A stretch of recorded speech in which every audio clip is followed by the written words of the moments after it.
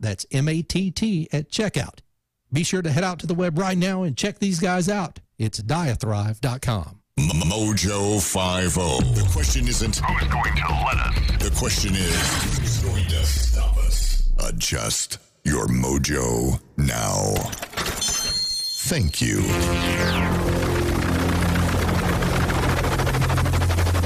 The mothership has landed. Doc Thompson. Brad Staggs. The mighty MoJo 50. Uh-oh. Guess what day it is? Guess what day it is? You know, when we do this, we're wishing our lives away. What do you mean? I mean, if we always look forward to Wednesday and then Friday, we're just wishing our lives away. We should just be in the moment. We should enjoy Mondays as much as we enjoy Wednesdays, as much as we enjoy Fridays, as much as we enjoy Saturdays. Oh, Mondays can blow it. Yeah, they can actually. Okay, so by the way, over at if you go to mojo50.com and you want to register to win the gun from TRA Guns, where do you go on Mojo 50? I'm there on the homepage. Do you not see it up in the banner? No, actually, I do not. Okay. So I changed that yesterday. What I'm going to do is put a red. I did. I'm sorry. I forgot last night I did that. So if you want to register for the gun, what you have to do right now is go to mojo50.com/register to win. One word. Register to win. mojo50.com/register to win. Now, there's going to be a red banner across the top. STER. Oh my God. So no, is that the word two, like to win, or T-O. is it the number two? T-O. T-O. You're killing me, Small. Win. Which looks like registered towing. And if you click, okay, so if you go there, aha! That's where it is hiding. Gotcha. So there will be a red banner at the top of the main page here in a little bit.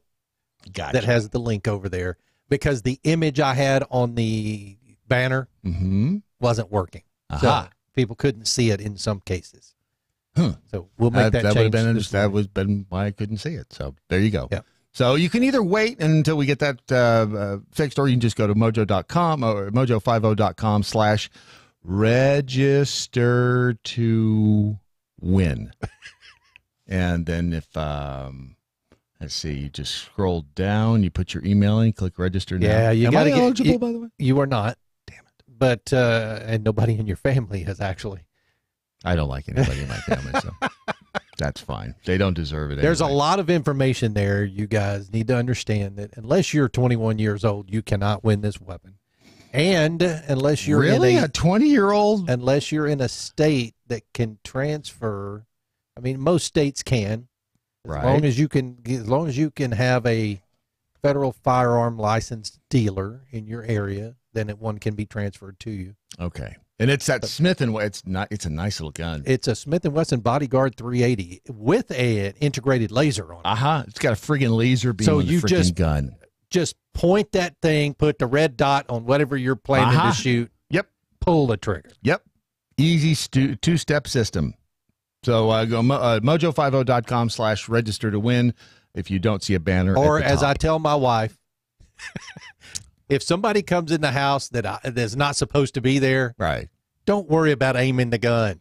Point it in that general direction and pull the trigger a couple of times. Yep. It will get somebody's attention. Yep. It doesn't even need to hit them. And actually, if you just have a shotgun in the bedroom and all you just do is rack it, the racking of a shotgun will scare the pants off just about anybody, so they'll get out of your house. But register to win the gun from the TRA Guns and Mojo 50, and it's a nice little gun.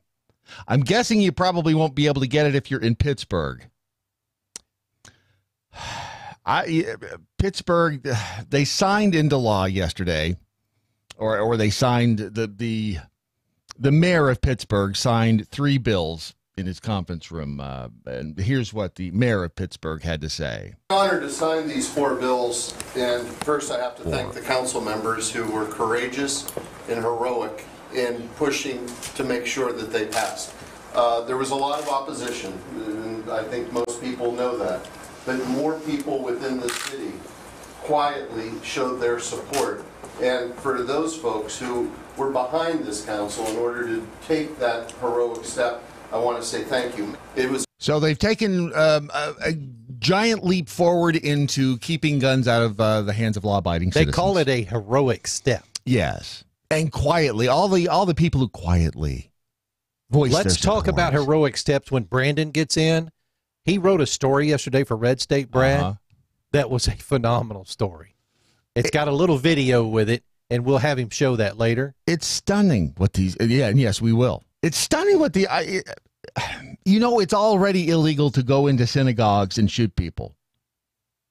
It's already illegal to shoot anybody unless it's self-defense. Unless it's self-defense. It's illegal to do that. You can't kill people. That is against the law, and yet people do it. But by outlawing these guns, these so-called assault rifles, because they look badass, that's the only reason they're called assault. They look badass. AR doesn't even stand for assault rifle. Did you shoot the one you took home? No, but I'm making the box. Go shoot it. I need to go blow off some steam because it's just the idiocy. The idiocy of these people. I get that they want to do something to protect themselves. This is not the way to do it. After that shooting at the synagogue last year, everybody's hurting. That's a horrible thing to have happen. But it's the person behind it with their finger on the trigger. It is not the gun. But I don't think we'll ever be able to get that through to this group of people. I don't think they want to hear it. I don't think they will ever learn that. They won't. It is about their agenda. It's about them trying to create some utopian society, or maybe they are just interested in controlling the society we already have. I fully believe, Brad, that everyone who is opposed to guns right now, everyone who is opposed to guns will either always be opposed to guns, always. Yes. There's nothing that can change their mind, except being put in a position where if they had one, right, they might have lived.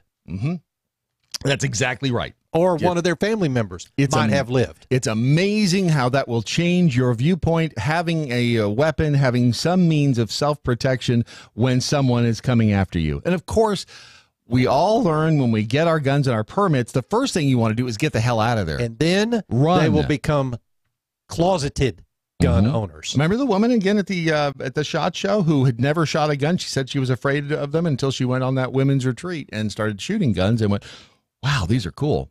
They're a tool.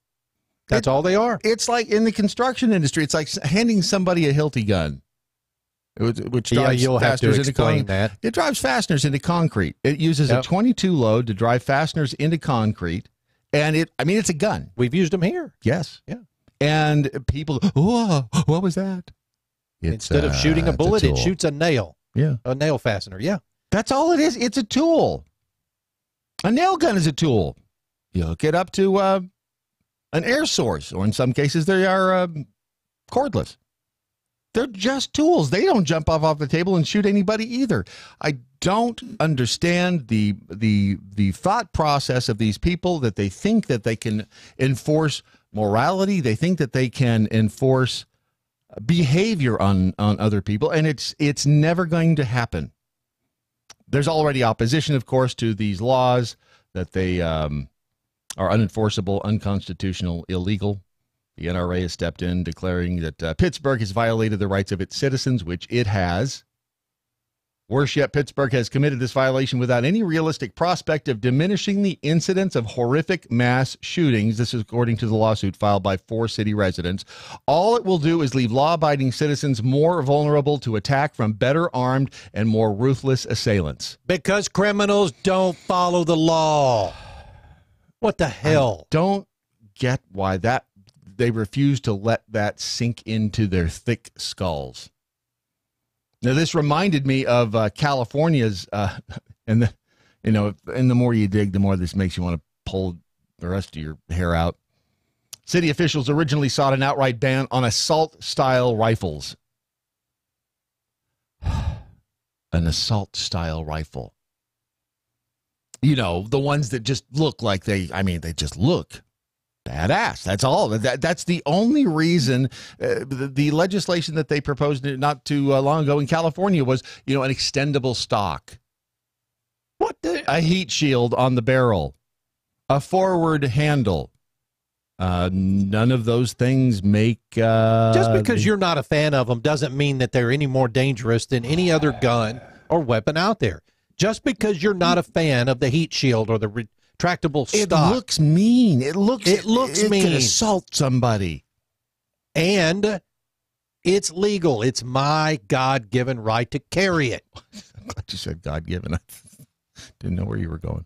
This did remind me of the other legislation that they passed in last year out in, I guess it was a couple of years ago in California. Remember the bullet button? You have to, well, in your case, Ron, you would consider it the safety. Yeah. When you pop the button and the magazine falls out of Thank you, Brad. gun. Thank you. Well, in California, that wouldn't have happened because remember, it's not a button now. You have to use a little Allen wrench to get. There's a little, little block of metal that goes in there, so you have to take out the magazine and replace it. So, in theory, it takes you longer to put in a new magazine, so you can't kill as many people, unless you, of course, have 2 or 3 rifles. Oh, damn it! Didn't think about that. The ignorance, that's the thing that gets me. Some of these people do not understand the words common sense. No. I.e., they don't have common sense. Pat Toomey, he is opposed to the gun legislation up there in Pittsburgh. He says it's not a good direction for common sense gun safety. He's pushing for bipartisan legislation on a federal level that would restrict any type of weapon that would not restrict any types of weapons. Rather, it would focus on keeping firearms out of the hands of offenders with prior felony convictions who already are not allowed to own a gun. So in other words, if somebody went to Cabela's and tried to buy a gun, the FBI would be alerted if they in fact already had a felony conviction and weren't supposed to buy a gun. So that's all it would do. It would inform the FBI of that transaction. Gun legislation has 2 purposes. One, to give criminals the upper hand. Yeah. And 2, to indicate that the government is trying to have power over you. Yep. That's our Constitution, our country was built on the fact that these 2 things do not happen. Period. Yeah. Well, that old dusty document that was just a suggestion, a loose set of rules. Yeah, because they carried muskets. Right. And it took them a long time to reload a musket. Yes, it did. By the time you get the musket reloaded, you're like, why were we fighting? Never mind. If you live near a national park, you apparently are more likely to live longer, lead a healthier life, and also make more money. There's a new study out that says if you live near a national park, a lot of talk about the importance of a healthy diet, exercise, work-life balance to maintain well-being. But the value of living close to protected lands, essentially researchers at Oregon State University set out to determine just that, finding that living close to protected lands like national parks, nature reserves, wilderness areas has a positive impact on your health, physical and emotional. Does that mean you won't get shot because they don't allow guns? No, you'll get bludgeoned by a bison if you get too close to them. Those are the other people that. Then again, those are the dumbasses that take pictures of bison. Yeah, selfie with a bear. Or, you could just try to lead a healthier lifestyle by eating well and taking your supplements. If you go to therichsolution.com, you'll find all of said supplements. You'll find the supplements for the Doc Thompson Healthy Lifestyle Challenge. All you have to do is go to the homepage, click on Shop New Nutrition, and then you'll see on the left-hand side, you'll see the supplement package there. That you can order today. You can also read Gwen's story, Gwen Rich, of course, who has her show over on Spoonie. Yes, and her show changes on Spoonie now. She's going to be going live, I believe, next week. Boy, she's got a mouth like a sailor, too, so we have to be really careful. No, she does not. Oh, It'll be Monday, Wednesday, and Friday at 9 a.m. Central, I think, and 10 a.m. Eastern. Well, you don't even know? Yeah. That's frightening. So 10 a.m. Eastern, Just Monday, listen all Wednesday, day. and Friday. Just listen all day. You're bound to run into it at some point. It's a really good show. Gwen's putting good content together, and she's really, really working hard on having this live studio set up. But I'm excited to help her get going. She will be there today, right? At what time Central? Beware. On Spoonie. Oh, she'll be on Spoonie. I think it's her show is right now this week is at 5 p.m. Eastern. There you go. Yeah. All right. So therichsolution.com. Speaking of Rich, in Richmond, the governor of Virginia, he is having a little popularity meltdown with voters. 40% of Virginia voters now approve of the governor. 44% compare that. 44% support Donald Trump, who lost that state by 5 points. Yeah, despite his decline in popularity, 52% of the voters think the governor should remain in office. 42% said he should resign, and this is according to a survey released yesterday by Christopher Newport University's Wason Center for Public Policy. And if you haven't been to one of their Christmas parties, let me tell you, you are missing out big time.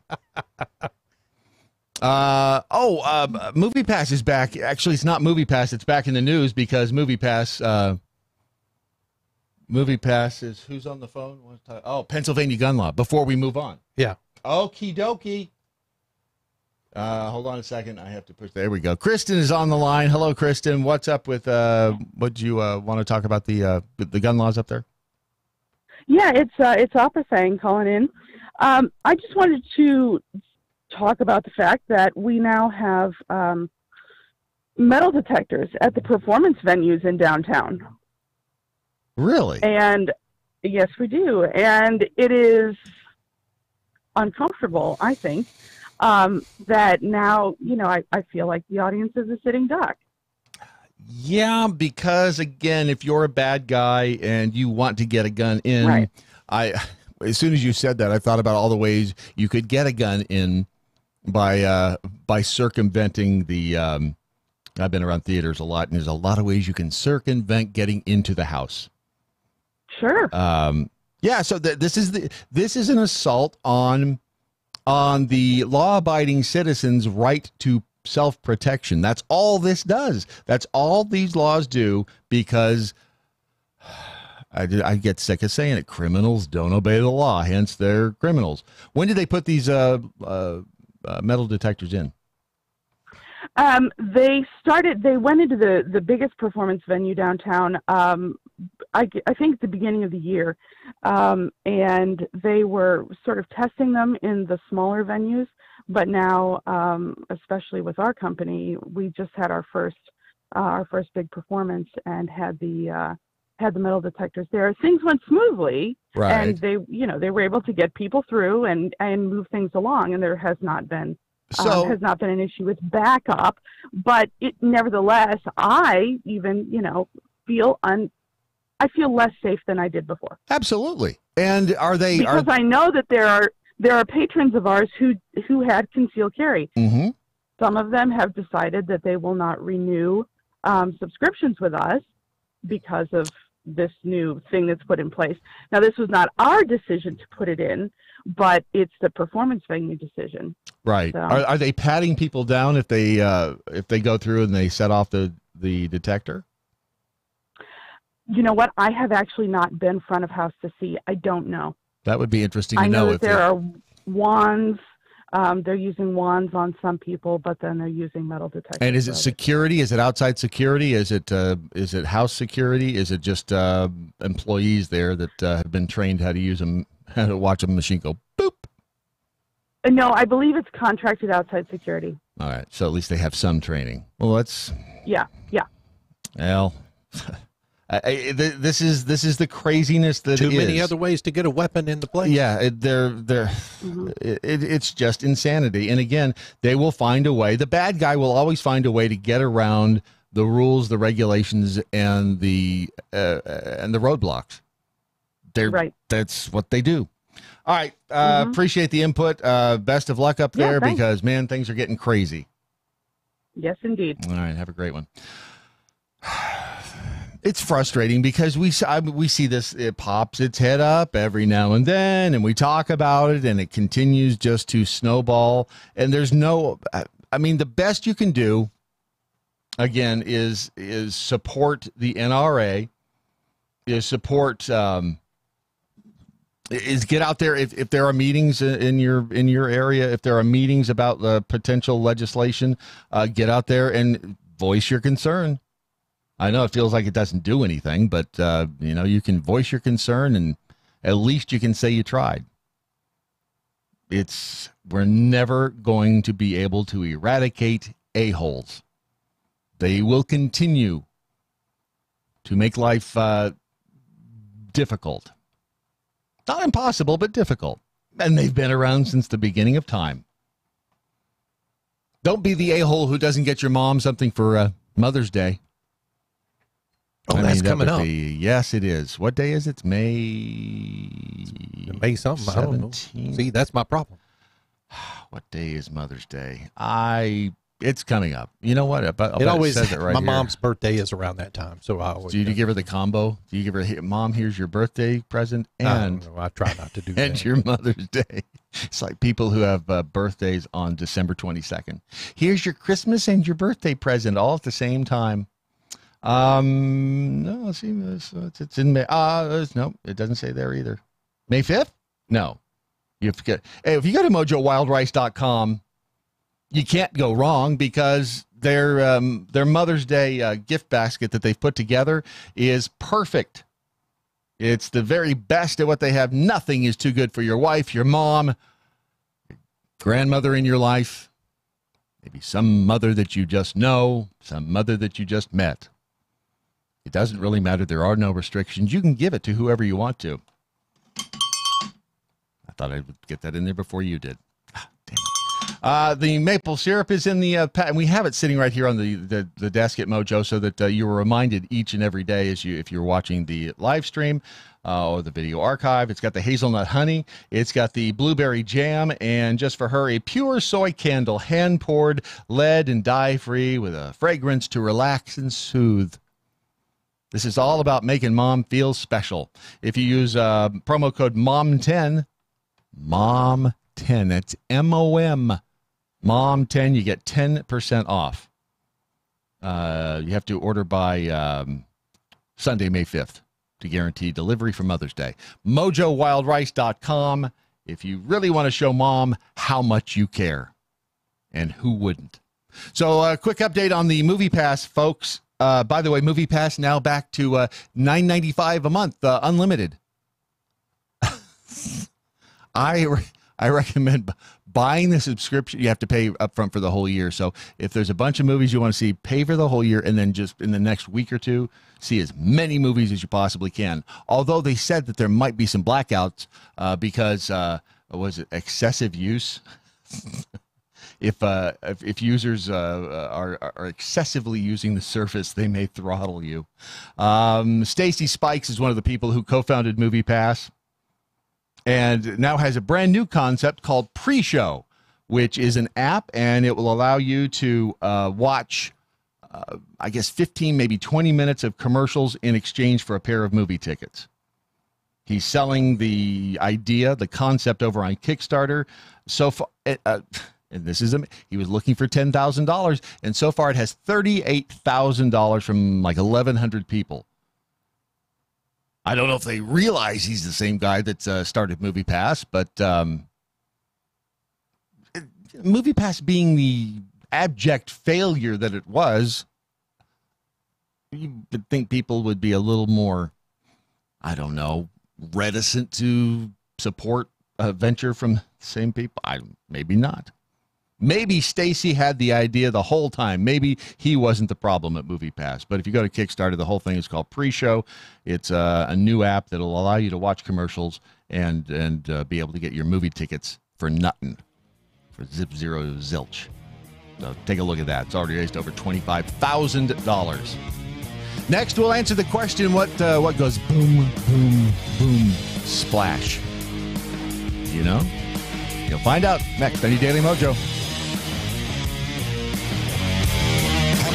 Promoting the 4Fs: freedom, faith, free markets, and fun. MoJo 50. I'm Michael Pelka from PuroPelka.com. Here's your 2-minute drill. So you had better things to do last night than to watch Kirsten Gillibrand and her town hall on CNN. At least I hope you did, or I hope you had the common sense to avoid it at all costs, because the New York senator said some of the dumbest things I've ever heard out of a presidential candidate. And considering there are 4 million Democrats running for president, that's a lot of possibilities for dumb things being said. Here is the particularly egregious offensive rant when Gillibrand went off on the NRA and gun owners like me.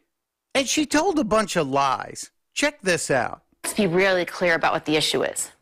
It's the NRA and it's greed. The NRA is largely funded by the gun manufacturers. The gun manufacturers want to make money at all cost. It doesn't matter who they're selling the gun to. The reason why they are against universal background checks is they want to sell a weapon to somebody on the terror watch list. They want to sell a weapon to someone gravely mentally ill with a violent background. They want to sell a weapon to someone with a criminal conviction for a violent crime. It's all just propaganda from the Democrats. Anti-gun, anti-freedom propaganda. It is illegal to sell a gun to someone who has been convicted of a violent crime. Nobody's selling guns to terrorists, and the NRA is funded by 5 million members. 5 million. Not the gun companies, you dolt. Testudo, my friends. Testudo. Mike Opalka's 2-minute drill is powered by MoJoWildRice.com. Their wild rice is a superfood, gluten, sodium, fat, and cholesterol-free, yet high in fiber, protein, zinc, phosphorus, and trace minerals. But you're going to love it because it's delicious. MoJoWildRice.com. MoJoWildRice.com. The Daily Mojo. Hearing Stunt Brain reminded me that this afternoon, sitting in for Sam Sorbo will be one Carrie Malinak. Mother Carrie. What does she want to become? Mother Pastor Carrie? I don't know. Superior Carrie? How do you call her? What do you call her? I can't. I just... Carrie? Hey, Carrie. She'll be filling in for Sam Sorbo this afternoon, and Carrie is fantastic. It's funny, because I would always go into Keith and say, I love your wife, which always made people around us very, very uncomfortable. But she is a fabulous, fabulous person. Love Carrie. The Jackhole Nation, on the other hand... yeah. Hey, Jackhole Angry Beaver says, hey, thanks, Stunt Brain, for triggering me with a 2-minute drill. No kidding. Evidently, MoJo is interviewing my wife today. What goes, splash. Kirk, slightly venomous Jackhole. Perfect. By the way, it is a 6-year anniversary of the reading of the What I Learned Today tweets. 6 years ago, Doc and Skip began the tradition known as that. MoJo Jedi, did you know that? 6 years? You sending me. MoJo Jedi, gun-free zones are like an invitation to a shooter who is up to no good. And that is so true. All right, you know what? We'll go to Richard first, because I know he's at a hard break. Richard Kerr is on the line, and Richard, I have to apologize. I have absolutely no idea what we're talking about today, but you know what? It's Wednesday, so let's just have some fun. How are you, sir? I'm doing great. How are you? I am fabulous. I'm fabulous. So all I see on my screen here is Shell Fuel rewards. So this will be an exciting, informative session to me as well. So tell me what's happening. Well, I can tell you a lot about saving money on any kinds of travel. Yeah, we want to talk about saving money on the road today as it's spring break and summer travel. But, you know, I'm a points and miles expert, so I actually make a living teaching people how to travel the world using points and miles. Have you? Do you have, like, cool stories about people who've been able to do it for free, like travel the entire world for nothing? You're talking to one of them right now. That's no what way. I do. Do you really? That's what I have the coolest job in the world. I think a lot of people say that, but I 100% believe it. That's it. I'm in the wrong business. I know. No kidding. Do you have a job application? Because I think I could be a very good assistant. No, and it's funny because I've been looking at, I've had the credit cards with the rewards and the rewards you get from, different stores, which mostly I find to be a great hassle and really of no value. And I know that the airlines have cut back on their points. So you're saying that there is a future life to point reward systems and that they can actually be useful. I'm absolutely saying that. It is really just an education gap. There are all kinds of hidden gems and sweet spots within these programs.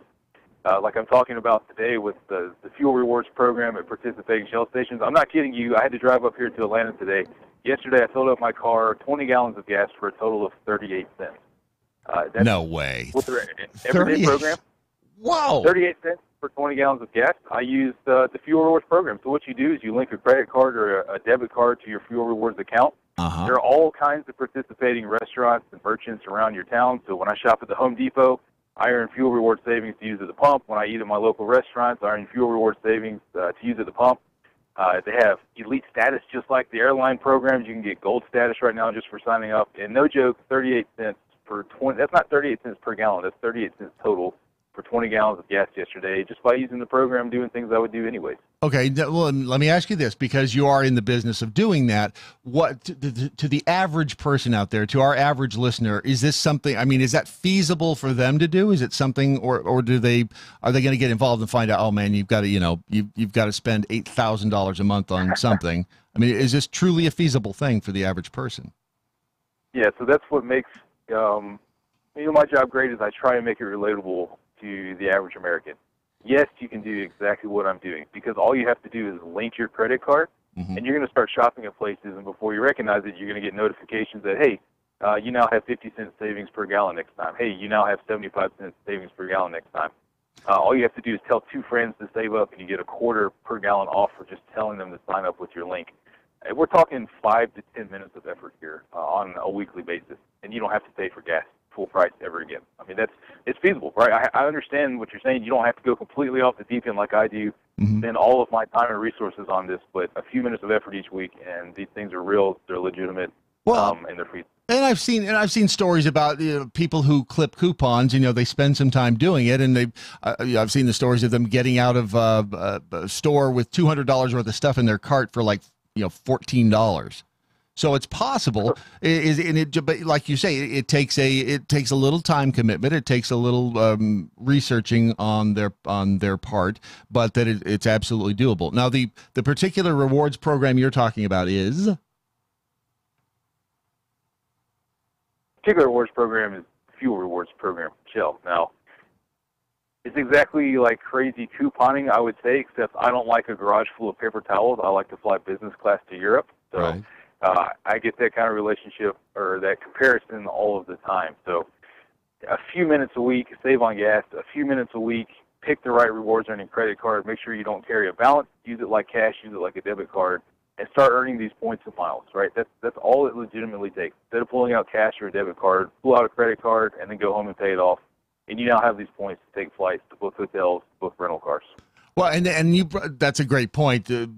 Don't have a balance that carries over from month to month, because that is where you get into a lot of trouble. If you start, based around based around solid personal finance. Yeah, the interest rates will kill you, and it'll nullify anything you're saving on anything else. Is there a website for this? Where do people go to get more info? Absolutely. You can come learn all of my travel secrets and tips on Facebook at Award Travel 101. You can sign up for Fuel Rewards, get instant gold status for 5 cents off per gallon on every fill-up at fuelrewards.com/awardtravel. Fuelrewards.com/awardtravel. Cool. All right. Did we cover everything you needed to cover there, Richard? Yes, sir. Cool. Thanks so much for your time. All right, buddy. Have a great time traveling out there. That's there you go. I didn't know we were going to do that either, but... No, but we got some good information. Yeah, no kidding. See? My wife can pinch the hell out of a penny. Glad you said penny there. And so, yeah, I'll go up to the dude. I've gone to the gas station before to fill up my truck that gets 16 miles to the gallon, and I'll get gas for 60 cents a gallon. just with the fuel points and everything else that we gather around. Yeah. If you Kroger is really good at that. And there's a lot of stations out there that allow those fuel points to be used. Right. And you know, you have to be, you have to discipline yourself not to overuse the credit card. Look how much money I saved by spending $4,000. Because that happens a lot of times. You have to spend money to save money. That's what they say. That's what my stepmom used to say. That's exactly. Got to spend money to save money. That's exactly what they say. What the hell? Right? What is this, Brad? Imagine. Boom, boom. That's boom, boom. And, yeah, the boom, boom followed by the big sploosh. Nessie, the Loch Ness Monster. No, actually, it's not. It's something even more terrifying. This was scientists have now said that this thing picture a cross between a rhinoceros and a sea otter. Oh, boy. That's the whales with legs. Whales with legs. Nearly 43 million years ago. Wow.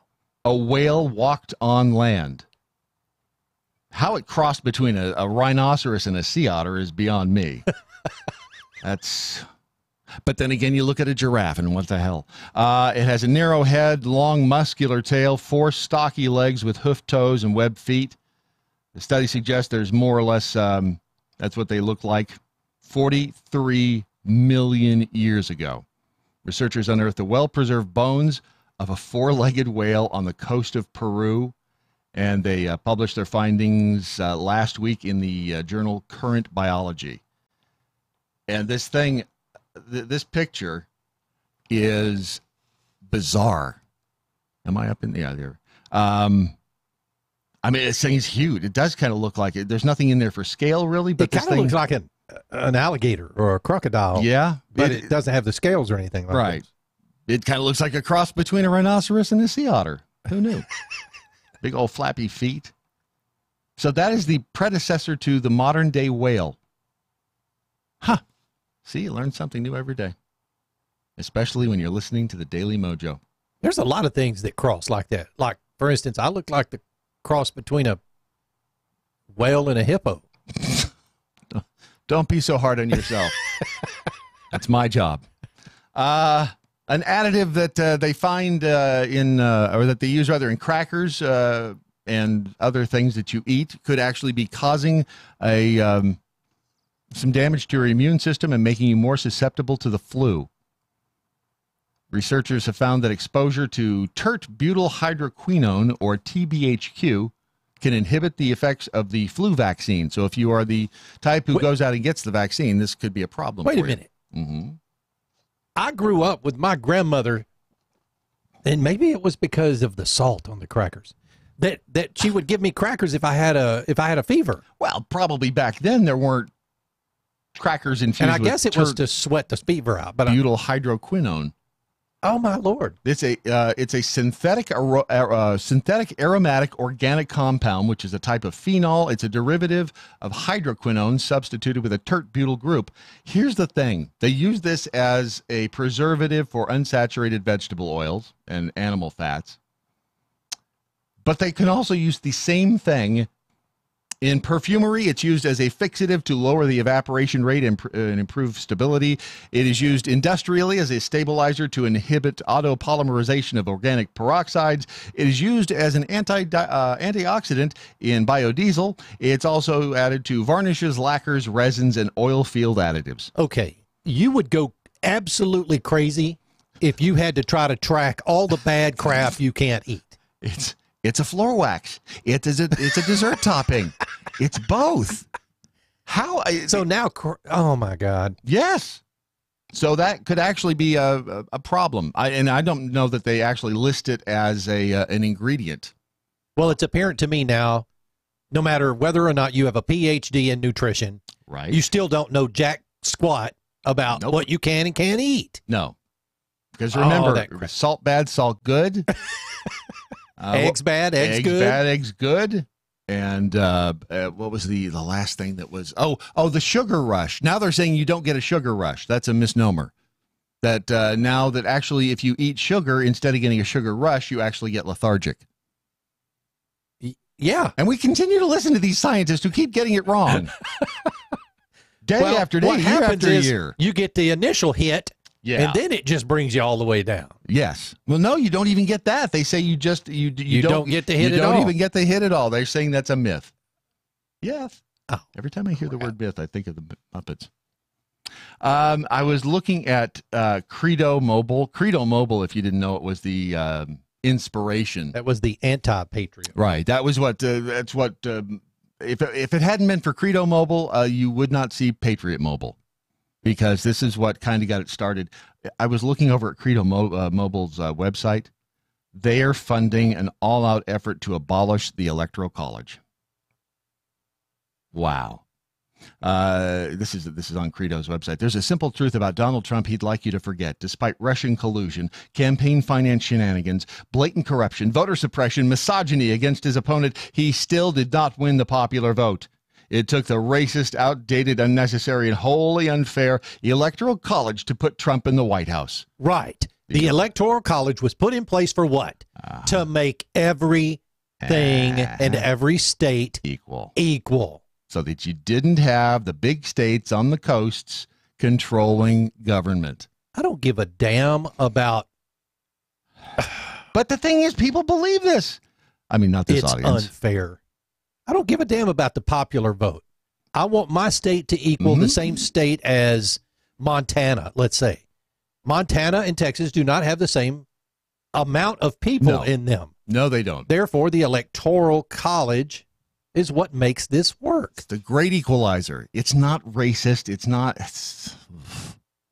But again, you repeat the same lie over and over, and people who haven't done the research, who don't know, they will eventually believe what you tell them. They believe it's the assault rifle thing. Or crackers or eggs. Right. I mean, it's all of that. If you just repeat the lie enough, those who are the uninformed, the great unwashed uninformed, they will eventually believe it. And that's why Patriot Mobile is so crucial. Because most of us have jobs. I love that header they've got there. Enough is enough. Join the fight. Switch to Patriot Mobile. And the baby behind there is enough. Yeah.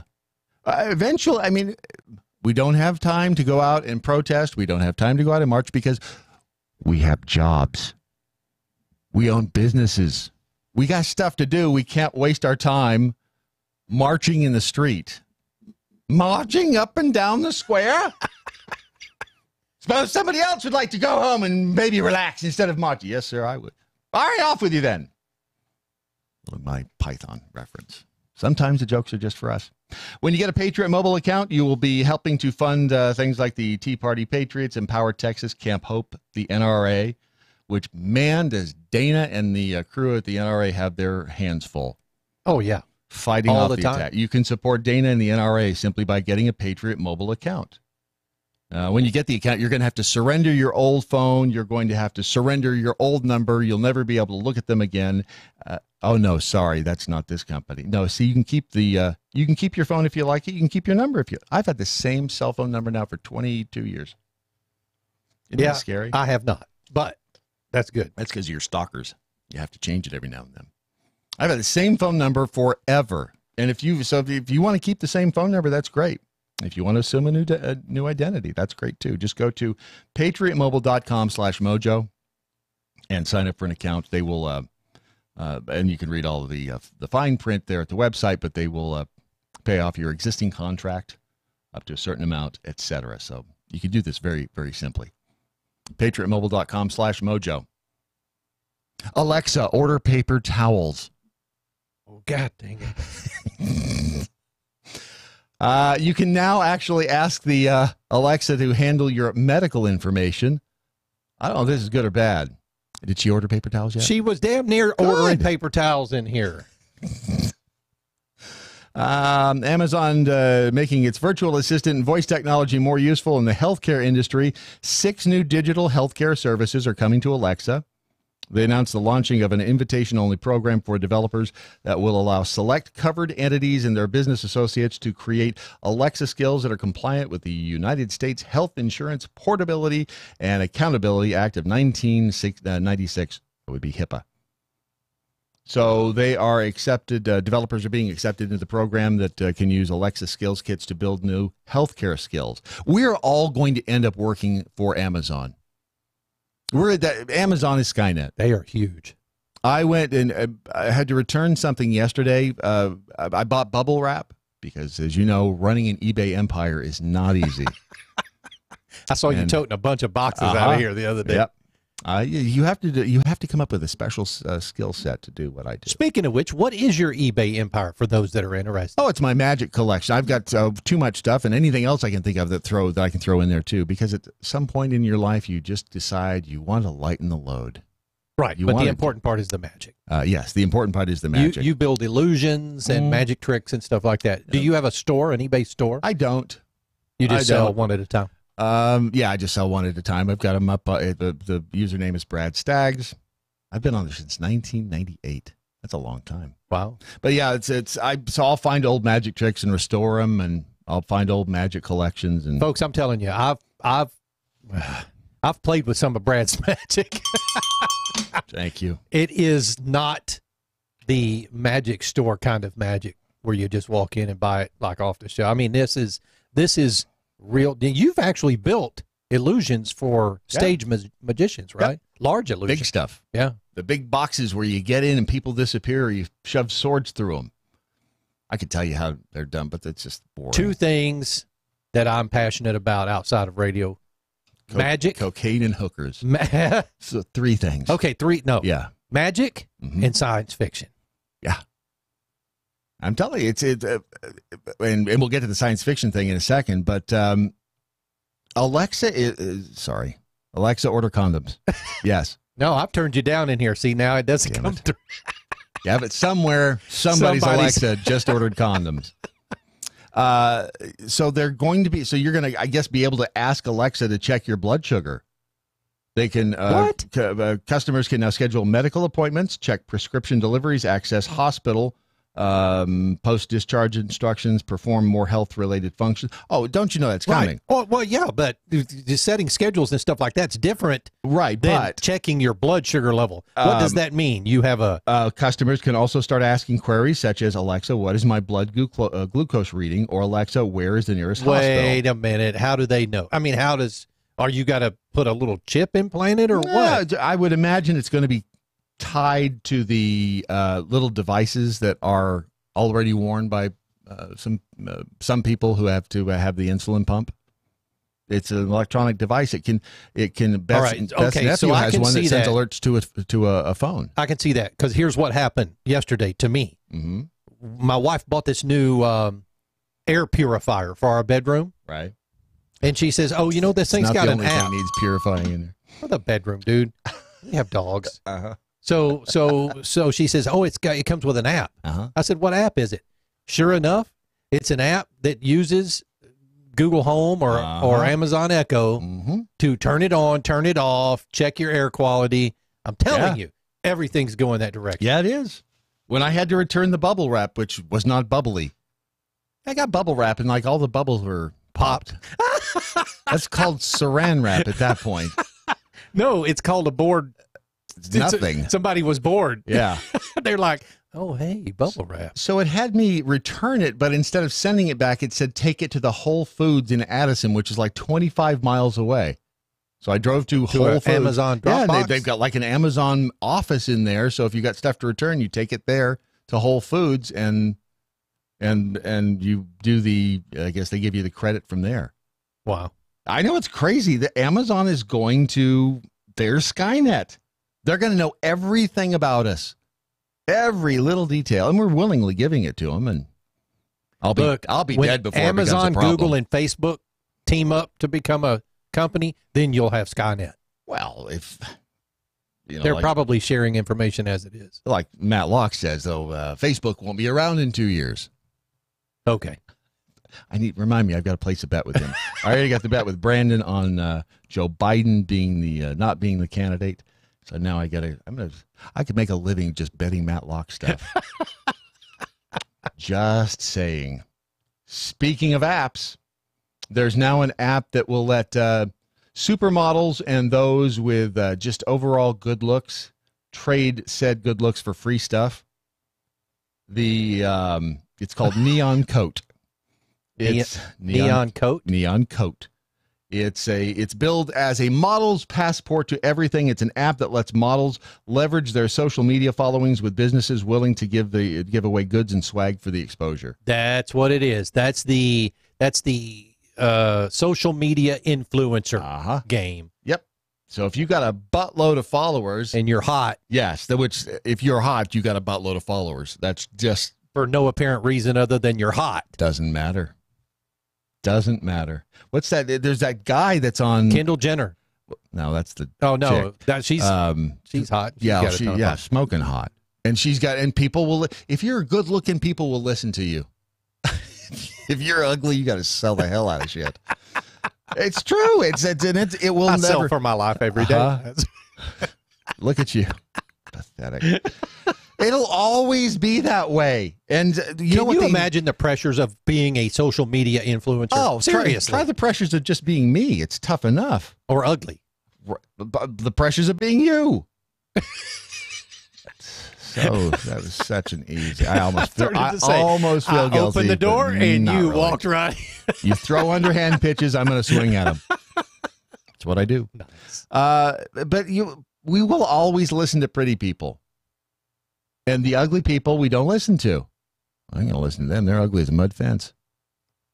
But it's quite funny how that happens. But it worked. You put a hot chick on a Instagram post. Yep. Who's hawking some product or hell, just wearing a product. They don't even have to be hawking. They don't have to say a damn thing about it. Yeah. Well, the Fire Festival, right? You remember this conversation? Yep. All they did was post a big orange square. And it worked. And people will continue to do that. What we need to do is make it illegal to be influenced by attractive people. That'll make that stop. You know it won't. Yeah, it will. I mean, if you outlaw guns, you're going to stop killings. You might as well outlaw hot people having influence. Do not allow them to have the influence. Just say no to hot people. I know a lot of people who go broke every year trying to wear the latest designer fashion high heel, shoes because somebody was wearing them in an Instagram post. It's ridiculous. I know somebody that thinks they got a really good deal on a pair of shoes because it was marked down from $700 to $400. I'm not going to say her name. Yeah, please don't. But it's like, oh, honey. Got to spend money to save money, Brad. It is amazing what people will. I saved $300 on this pair. They look like shoes. I like going to Kohl's. Everybody knows about Kohl's, right? Yes. You never pay retail at Kohl's. No, you go to the clearance rack there. It's like going to Target. The first thing you do is go to the clearance rack and see what you get for a buck. And it doesn't really even matter if you get the clearance rack or not. Every rack in there says, "Oh, this was originally priced." Oh yeah, originally $104. Now it's $19.99. Yeah, it was never $104 ever. What in the hell are you looking at? Would you wear denim panties? If they look, well, see again. you hesitated. Let me go ahead and put that picture up because if they look like that, it wouldn't bother me at all. You're not going to look like that wearing them. Let me just tell you. See, it's a Parisian fashion brand. Is that the name of the brand? What they need to do is put somebody like me modeling those. Oh, no, they wouldn't sell them, right? No, see, you go back to that whole hot people versus ugly people. Not to say you're ugly, but I just don't want to see your butt in those denim panties. I got some cutoff shorts that fit me about as tight as those. Wow, right there. They're $330. What? Yeah, it's the brand is One Parisian. Or is it? Are they saying One Parisian fashion brand? Okay, so answer this. Why were they made? Were they made to be seen? Because there are stupid people willing to pay for them. That's why they were made. No, they're made. That's right. They're made to be seen. So people will be wearing those around without pants over them. Okay, then I'm in. Then I highly support this. If you right. wear panties, then you need to today buy these denim panties. They're only $330. I might even subsidize the cost of yes. They're $330, and if you buy a pair, you're saving the life of a kitten. Dog. You're saving the life of a puppy. And if you buy a pair, one of those kids with flies on their face will get a meal. Oh, good night. Just so you know, you're actually encouraging world peace, and global warming will stop. Dan Maynard says, "Man, that model needs to eat us." Give her a sandwich. She's like skinny. But yeah, they're $330. Wow. Oh, it's It's an image of the Y Project's denim panties to social media. 2 words, denim panties, reps for Sense wrote in an Instagram post that has since been liked nearly 9,000 times. Linked to styling tricks on how to take your Canadian tuxedo to the next level. $330. They're already sold out in sizes medium, large, extra large, and double XL. Please, God. Wow. Please. We are so doomed. We're done. Yellowstone or Mars or that other thing that's going to blow up in space. Those are our only hope. Really, it is. Headlines are next on your Daily Mojo.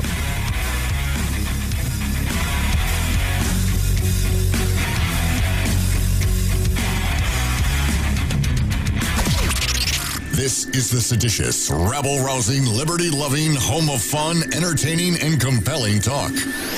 MoJo 50. News this hour from townhall.com. I'm Rich Thomason. Calling it a night of tremendous victory, Israeli Prime Minister Benjamin Netanyahu appears headed for a historic 5th term in office.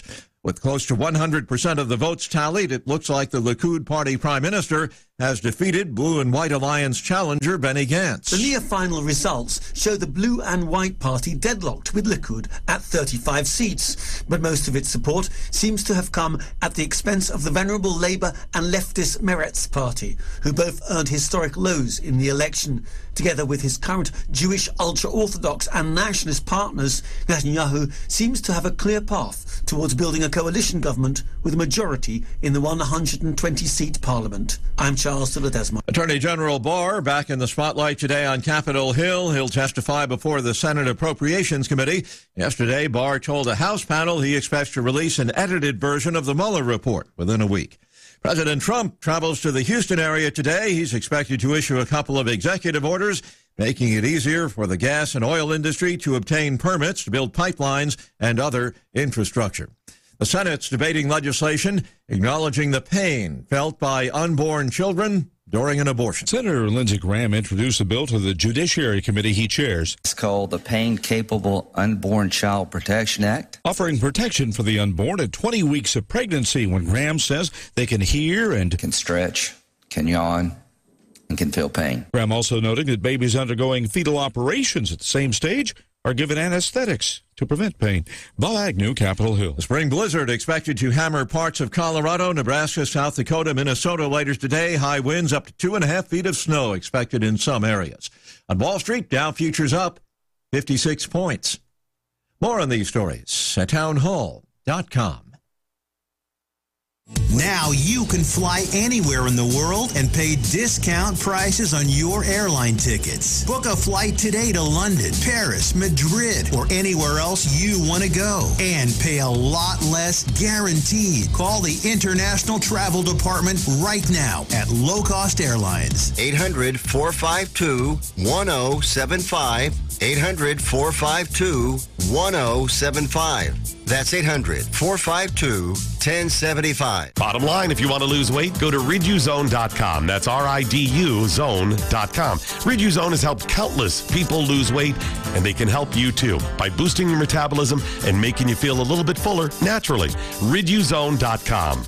Ladies, some of you sickos willingly accept that with the big doe eyes that you don't even need from a Snapchat filter and just look up at R. Kelly and say, give me your best. Lorenzo Vizzo. United 7. MoJo 50. Wow. Hey, guys, Ron Phillips from the Conservative Cartel. I want to tell you about a new weight loss product that's quickly becoming part of our MoJo 50 family.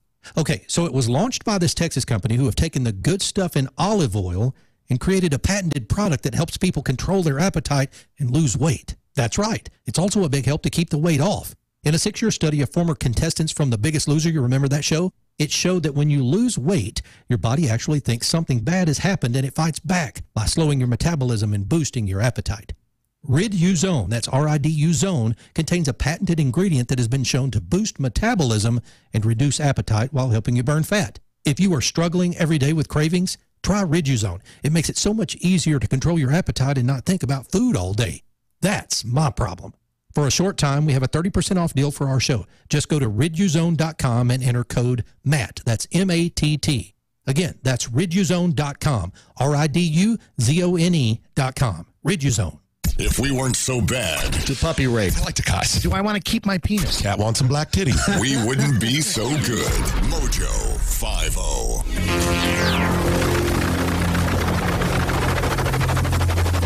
The mothership has landed. Now we're talking about vampires. I don't know why. But the first vampire book I ever read was They Thirst. Yeah. It scared the crap out of me. Oh, it's scary? Oh, yes. See, vampires. I guess I was, because the first one I ever read was Queen of the Damned by Anne Rice. Mm-hmm. And Anne Rice was, remember how we were talking the other day about how they're sexualizing monsters and stuff like that? Like Anne Rice turned a vampire into like this sexy but / action kind of hero who also is troubled and yada yada yada. So that was good stuff for me back in the day, back when I was an angsty teen. Back before the interwebs and all of that, when I was doing stuff for TNN, the Nashville Network. The Nashville Network. That's right. And then Twilight came out and ruined it all for us. Yeah, seriously. Okay, Twilight didn't ruin anything. Yes, it did. Yeah, vampires now glitter. They glitter. They watch you when you sleep, but it's okay because apparently they're hot. And remember, glitter is the herpes of the crafting What happened to world. the Bela Lugosi vampire? That's what I wanted. Well, he was still a sexualized vampire. They just didn't talk about it. All vampires, yeah, they're all vampires are pretty much sexualized. But I mean, like, dude, like, why are they glittering? Because they can't. I'm sorry, I'm distracted. And now by they're calling. Now they're like, apparently well, they glitter in the sun, which they couldn't do in the sun before, right? Isn't that what it? Well, they can't be in the sun because they'll die. But not the Twilight vampires. They just glitter. They glitter and sparkle like a diamond. And you know what else? They don't. They're considered vegetarian vampires, the good ones at least, because they don't eat humans. Well, they never ate humans. They just suck their blood. They don't feed on humans. They feed on animals like deer and things. Things that you. Yeah. Apparently, that's much better. It's well, not unless you're a deer. Well, and we don't talk to the deer about. By the way, the jackholes have unearthed photos of real Ron Phillips in apparently the denim panties, because these are really disturbing images. Yeah, boy. Oh, I knew it was coming. These are getting you your own damn bell in there. Wait a minute. Let me see. Yeah, see if you can. Oh yeah, there it is. Yeah, right there. there's. Boom. Yeah, that is a. That is a disturbing picture. Oh, that's a old picture. It is. And that. Hold on a second. The other one is right here. That is a good picture if you're. Olin Mills, baby. If you Uncle John? somebody paid to have that picture taken. Yes, they did. If you're only listening to the stream, you're only getting half the story. You need to go to mojo50.com and click on Mojo 50 TV. Can you imagine the person that took that picture? They went, "What in the hell are?" Oh, never mind. At least he's not wearing a boa. But this is the 80s, guys. He probably showed up like, He's got yo, a this mullet on. is probably one of those guys who, like, back in the day, that was like, yo. Describe for the audience who perhaps is in their car and not seeing the visual what we're looking at. Let me go ahead and let me let you know what's going on right now. So you have got your business in the front and a party in the back. That's right. Let's start at the top mullet. and we'll just work our way down. We got a mullet going on at the very top here, and then you go porn down. stash. Yeah, a little porn stash there. All right, because back in the 80s that was all the rage. All right, and then this guy is shirtless and he's got a little bit of a hairy chest there, but he's not muscular, but he's flexing. He's 80s flex. He's 80s strong. You know what I'm saying? Yeah, but he's that's not even really a flex. His arm's just across there because it's the. Maybe he's flashing a watch that I can't see. I don't know. But then let's move on down a little bit. He doesn't exactly have a six pack. He looks like he's working on a little bit of a beer gut there. Shape. But he's not. But he, you know, he's not fat. He's not fat. But he looks like he's starting up on a six on a six pack. Not of only beer. does the dude not have a shirt, but let's move on down to that. He looks like he's sitting in an invisible chair, or at least leaning on an invisible counter. Yeah, maybe. Or, I mean, that's just the way he's standing, because he's standing like he wants you to see his leg muscles is why he's standing that way. No, he wants you to see that banana hammock he's wearing. So yeah, let me get to that. So the banana hammock is, from what I can see from here, a leopard print, I'm guessing. Yeah, it's a little bit of a leopard print, and he's completely naked otherwise. I started to say the dude is wearing a Speedo. I don't even if you call that a Speedo. That's more like a G-string and a smile. Yeah, he's going to go out and get some one stuffed in there a little bit later. I think this is actually his his headshot, if you will, quote unquote. He's going to turn that into a... Why do I have to keep ringing the bell? I'm sorry. He's going to turn that into a Chippendales and see if he can't get a career going. That's what he's up to. I wonder if this is a good time to say that we were welcoming a new sponsor on board. Oh, you wanted to lead in from that. I was trying to. Hey, Brandon, explain the '80s naked guy, if you would, please, and then I'm gonna go ahead and tell us find a segue into Gunbox. Sorry, Gunbox. Well, let's put it this way: if your weapon is his weapon is unsecured, let's just leave it at that in that picture. If you would like to secure your weapon, the gun box is for you. Now, when we were at the other place, the gun box was a sponsor, and let me just tell you from personal experience, this bad boy is not only is it's not just a box. It is not just it is stylish. Yeah, we do. Yeah, go to the website for it. Yeah, we have. It is really stylish. We actually demoed this at SHOT Show with Doc Thompson. Yep, before he died. Yeah, the guy brought it, and I'm going to tell you guys, this thing is phenomenal. It is an amazing. It looks like a piece of furniture when it's closed. It looks like it's very sleek, and this is probably the most comprehensive gun safe, personal gun safe I've ever seen and ever worked with. It is. There are 3 different ways you can open it once you have it there on the nightstand. I mean, it really is one. You could put this thing on your nightstand, and it looks like a piece of furniture. You can get into it with your fingerprint, with a keypad, or with an RFID. Now, this gentleman that showed it to us, this is what was cool about it, because you're thinking to yourself, if it's on my nightstand and it's locked, how do I get to it quickly if I need it? You just wave your hand over it. The guy had a ring on with an RFID chip in it, and he just waved his hand and it went pop, popped right open. I've always thought, but you can do this. I mean, if you think you will have the presence of mind to enter a code, because there's a keypad on this, so I think it's a 5-digit keypad, so you can enter your own code. But I'm always thinking, okay, if there's something happening in the middle of the night, I don't want to have to stop and go, okay, what's my code? What's my code? 13524, or is it? I just want to go whoop and boop. The thing opens, and that's what the RFID rings do. And you can get other little. I mean, there's stickers you can get with the RFID chip in them. This is, go to thegunbox.com and just take a look at this thing. The Gunbox 2.0 is the one that we're talking about. They also have the Gunbox Echo. It's a smaller version of the gun safe. If you need, and honestly, if you have handguns in the house and you want to keep one handy, you need to have a good quality safe that will keep this not only away from kids, and this is how they, in their testing, they gave the thing to some kids and said, try to get this open. Guess what? They couldn't. They drove over this with cars. It wouldn't pop open.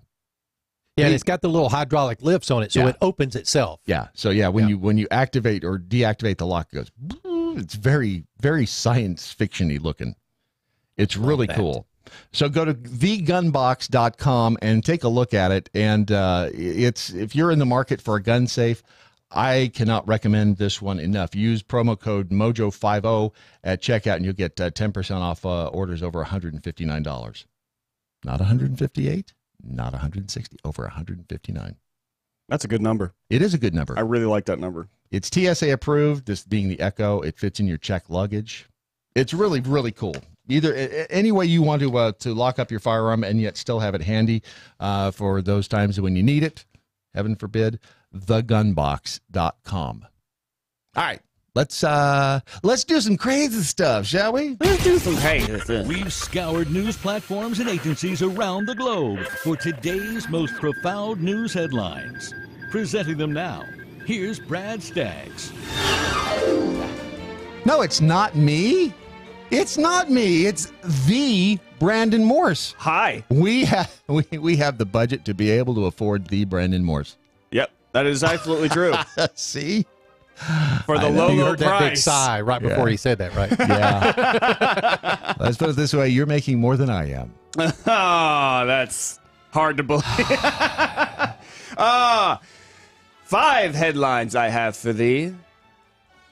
Only one of them is, I don't know what to rhyme with. Truey. Truey. No, but that's not right. 4 of them are Truey. 4 of them are Truey.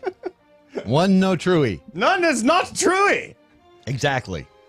You have to guess which one is fake. Don't cheat. The left one. Oh, you gave it away. Damn it. Brad. It just looks different. It's a little lower.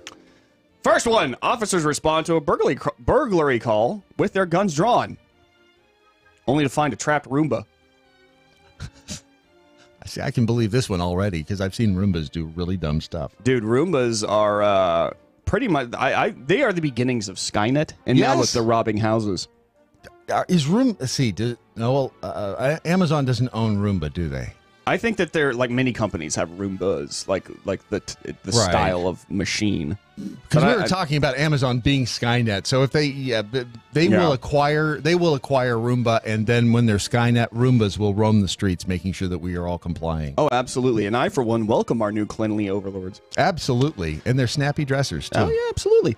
Sometimes things aren't always what they seem. Take the case of a burglary in progress in Oregon. Sheriff's deputies in Washington County received a 911 call Monday from a woman who said someone had broken into her home and locked themselves in her bathroom. She told police she could see shadows moving under the door. Deputies responded to the scene with their trusty canine officer, ready to take down a burglar. They could hear rustling noises coming from behind the door, but the suspect wasn't responding to commands to come out with their hands up.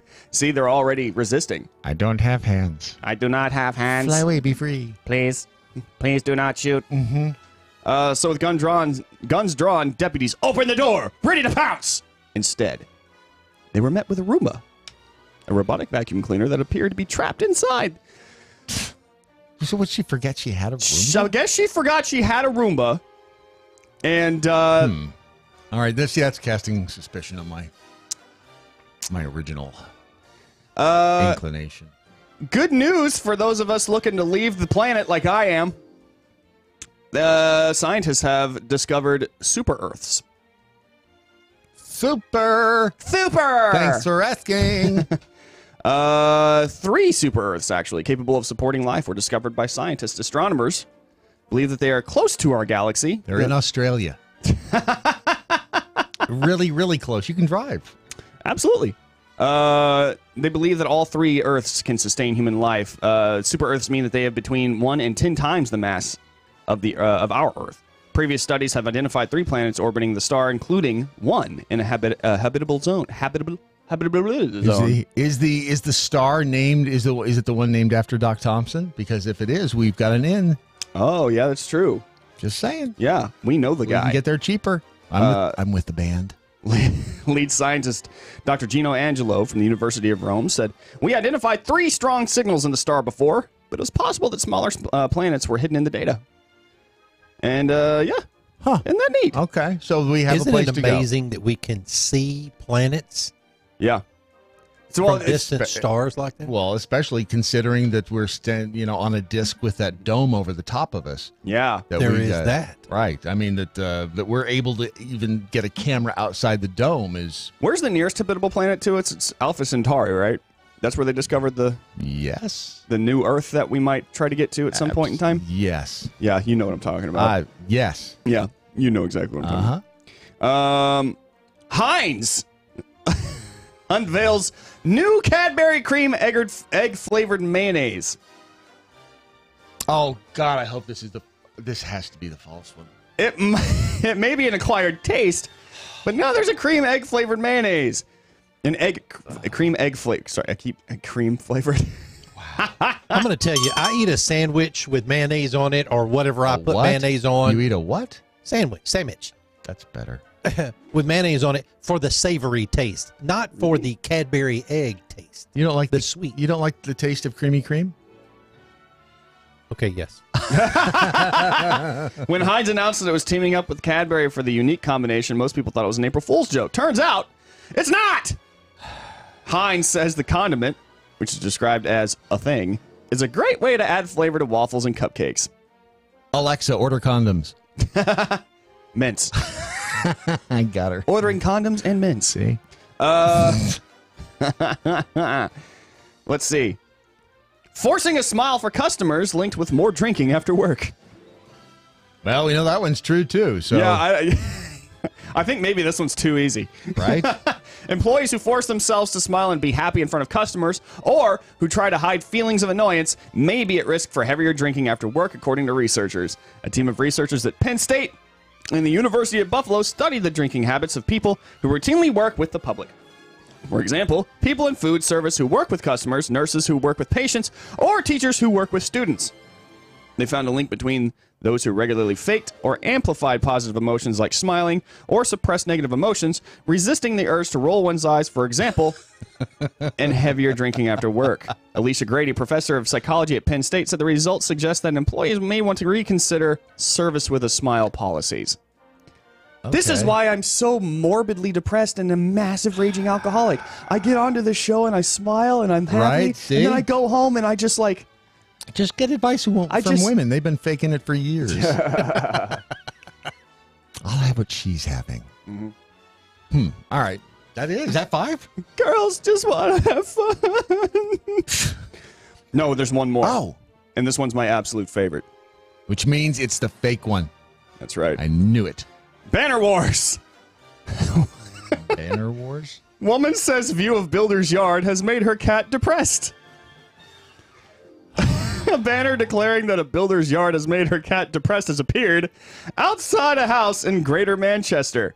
Wendy Snell ordered the banner after building merchants Travis Perkins, who has a site opposite her house, hung a sign at the entrance to their yard in sale on Thursday. The pet owner says there has been ongoing dispute between herself and the depot over its signage, which she says ruins her view. The latest sign, which declares the firm now open, was the final straw for Wendy, who had the banner made as a tongue-in-cheek message. Literally, it is a banner with a picture of her cat on it hanging across the front of her house that says Travis Perkins depressed my cat. It's England, right? It's yeah, the UK. Son of a... See, that means it's possible because that's why we kicked their ass in the war. This is by far my all-time favorite headline I think I've ever. All right, so run them down. Just hit the high spots area of 5. Do it one more time there. Officers respond to a burglary call with guns drawn, only to find out it's a Roomba. We found new super Earths. Heinz mayonnaise and Cadbury cream have created a new cream sauce. A new cream sauce. A creamy cream sauce. The sauce. Forcing a smile for customers linked with more drinking after work. And Travis Perkins depressed some poor lady's cat, according to her banner. Which one is fake? But first, Brad Staggs. See, now I'm... All right. I'll think about it. By the way, thank you yesterday, Real Ron Phillips, for sending me the picture of all of the APR coffee that I apparently couldn't find in the kitchen. I found it for you, and guess what else I found for you? You found that whole bag of maple sugar. I did. I see it's not in there right now. Yeah, it is. It's... Did you hide it? No, I didn't really hide it. I mean, I wouldn't call it hiding. How much can you hide something in a kitchen? Yeah, I guess. I mean, there's only so many places you could put it. Not in the ceiling. But we have so many different... Well, I'm not going to say we have so many different varieties of APR coffee in there because we don't. We got like 4. So, yeah, but there were some that you had done, that you had made before. That's true. That's absolutely true. And you know what? They all taste fabulous on the strong brew setting. Strong brew. Just to piss off Matlock. But if you go to American Pride Roasters, you'll find all of the great flavors of... this is handmade coffee. This is coffee made with love, with dedication, with a touch of snark. A touch of snark. And with it's Jackhole coffee through and through. Yeah. And that's what's really important. When you buy American Pride Roasters coffee, you are supporting the Jackhole Nation. You are supporting a nation that is indivisible. with liberty and justice for all. Schooner Tuna, the tuna with a heart. I mean, American Pride Roasters. He needs coffee with a an heart. honorary Jackhole blend. We'll get to that. AmericanPrideRoasters.com. Get yours today. Get you some of that. All right.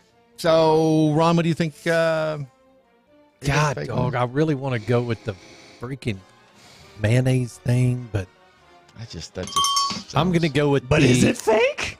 I'm going to go with the Roomba burglar. The Roomba burglar. I see. I'm inclined to go with you on that one too, because either that she's just a real dumbass. Who forgets they have a Roomba? I guess it's possible, but wow. Yeah, I'm going with the Roomba burglar. You're going with Roomba? Roomba. Yeah. We've also got Gamer Jackhole Rider 815 said, I think the cat story is fake. Larky F and Farkin said the space travel story is fake. There was no space travel story, folks. I don't know what you're talking about. That's what you think. I don't. Yeah, or maybe there was. I just forget. I think he must be referring to the Jackholing super yeah. Earth. Yeah. Super Thanks for earthing. Jackholing Reaver says Roomba robbery false story. And Zig the Trucking Gator says, what's a sandwich? May I point out the fact that Doc Thompson got run over by an Amtrak brought up a very good point. Smiling drinking connection is fake because even though it's true, the Brandon Morse will say that there's no study.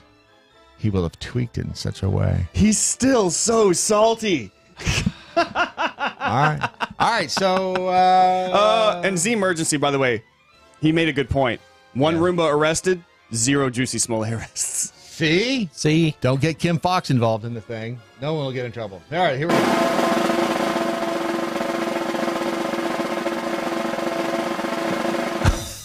Oh, God, I was settling in. See? I was settling in for the long haul. You don't know. With me, you just never know. I was going to check my Facebook.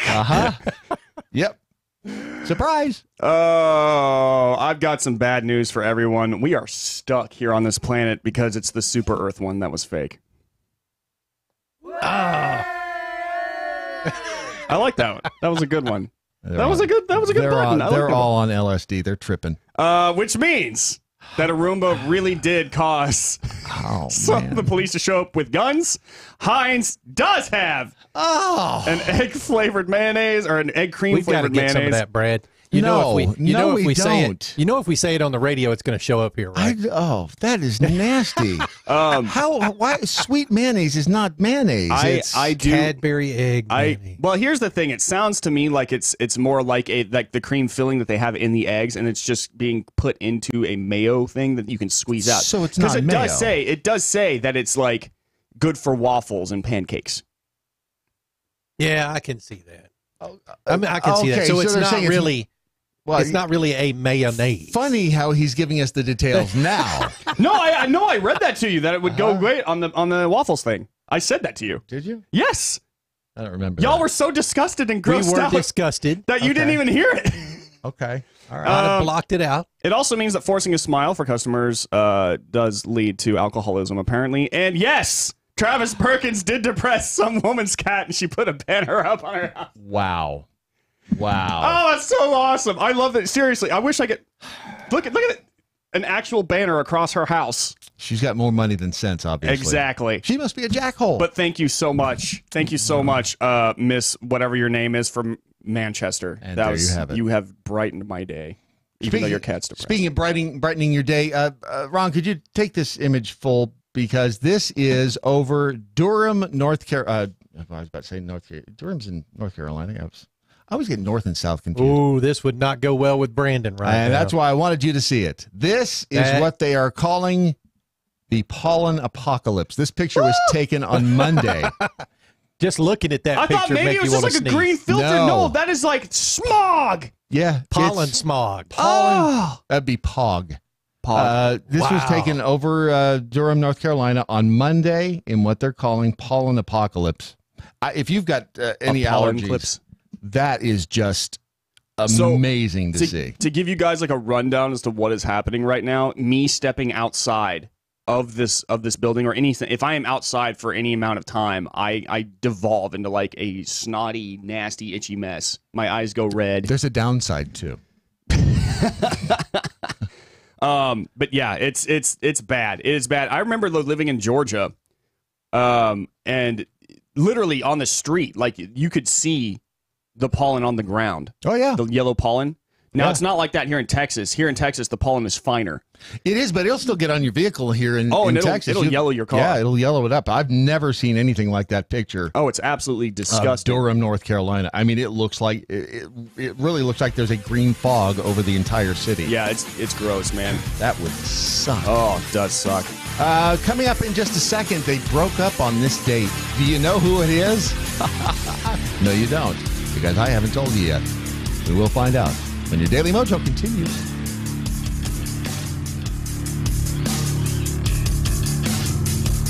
A free exchange of ideas. Mojo 50. Never Forgotten Apparel is more than just a premium women's and men's clothing line. It's a movement to remind us to wear American-made and serve those who serve us. Our heroes. Never Forgotten Apparel gives 20% of their total sales to nonprofits that support homeless veterans and off-duty firefighters, and 50% to individual veterans and firefighters in need nationwide. Check out neverforgottenapparel.com. Use promo code MATT, M-A-T-T, and get 15% off your purchase. Got an old car? You can donate it, whether it's running or not, to the United Breast Cancer Foundation and save a life. They'll even come and pick it up for free. The United Breast Cancer Foundation has saved hundreds of women's lives through their free or low-cost breast screen exams. But now they need your help. The United Breast Cancer Foundation wants to save more lives through early detection by offering women free or low-cost breast screening exams. And donating your old car, SUV, or truck, whether it's running or not, helps pay for them. Plus, you get a charitable tax deduction. Help the United Breast Cancer Foundation save lives by donating your old car, SUV, or truck. Call now for free pickup. 800-245-0823. 800-245-0823. 800-245-0823. Call right now. That number again is 800-245-0823. Hey, it's Adrian Slade. With fake news from news channels that were once even slightly trustworthy and a social media that's guiding you by the hand like a child, controlling what they call conversational health and filtering out stories that someone else deems credible to you, where do you go for unadulterated libertarian and conservative discussion? How about right here on the Adrian Slade Show? Destroying the lies and dismantling the narratives, one story at a time. Unfiltered conversations only on MoJo 50. Live free. The Daily Mojo. I just got a text from Pastor Kerry. Doggone it. I know who the breakup is. This day in 1970, Paul McCartney announced the breakup of the Beatles. Oh, no! What? It was this day in 1970. They spent the better part of 3 years breaking up in the late 1960s. Almost 50 years ago. Wow. Isn't that amazing? I'm waiting for the reunion tour. You think they're all going to come back? Oh, together? I think they're all going to come back. Yes. Ta-da! We were just kidding. Only one still alive now, right? Two, yeah. Ringo Starr. Ringo Starr. Oh, Ringo. Yeah. Ringo and Paul. How could you forget about Ringo? I forgot about Ringo. Y'all want to know a secret? Yes. I'm not a huge fan of the Beatles. I never was either, honestly. I never was a big fan of their music. I don't get it. As I've gotten older, I don't get it. I like Sgt. Pepper. There's a show in Vegas, the Beatles Love, or it was there, which was amazing. Yeah. Fabulous show. There's some of their stuff I like, and some that are, Yeah. I mean, they were different. They were just completely different than anything that had. So at the time, they were like they were more or less groundbreaking at the time. Yep, they were.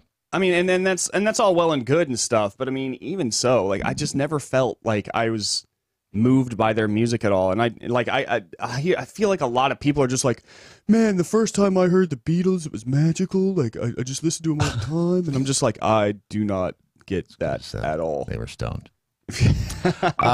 Stephen Airy is on the line. I didn't. Did I know you lived in North Carolina? You live in Durham, right? Oh no.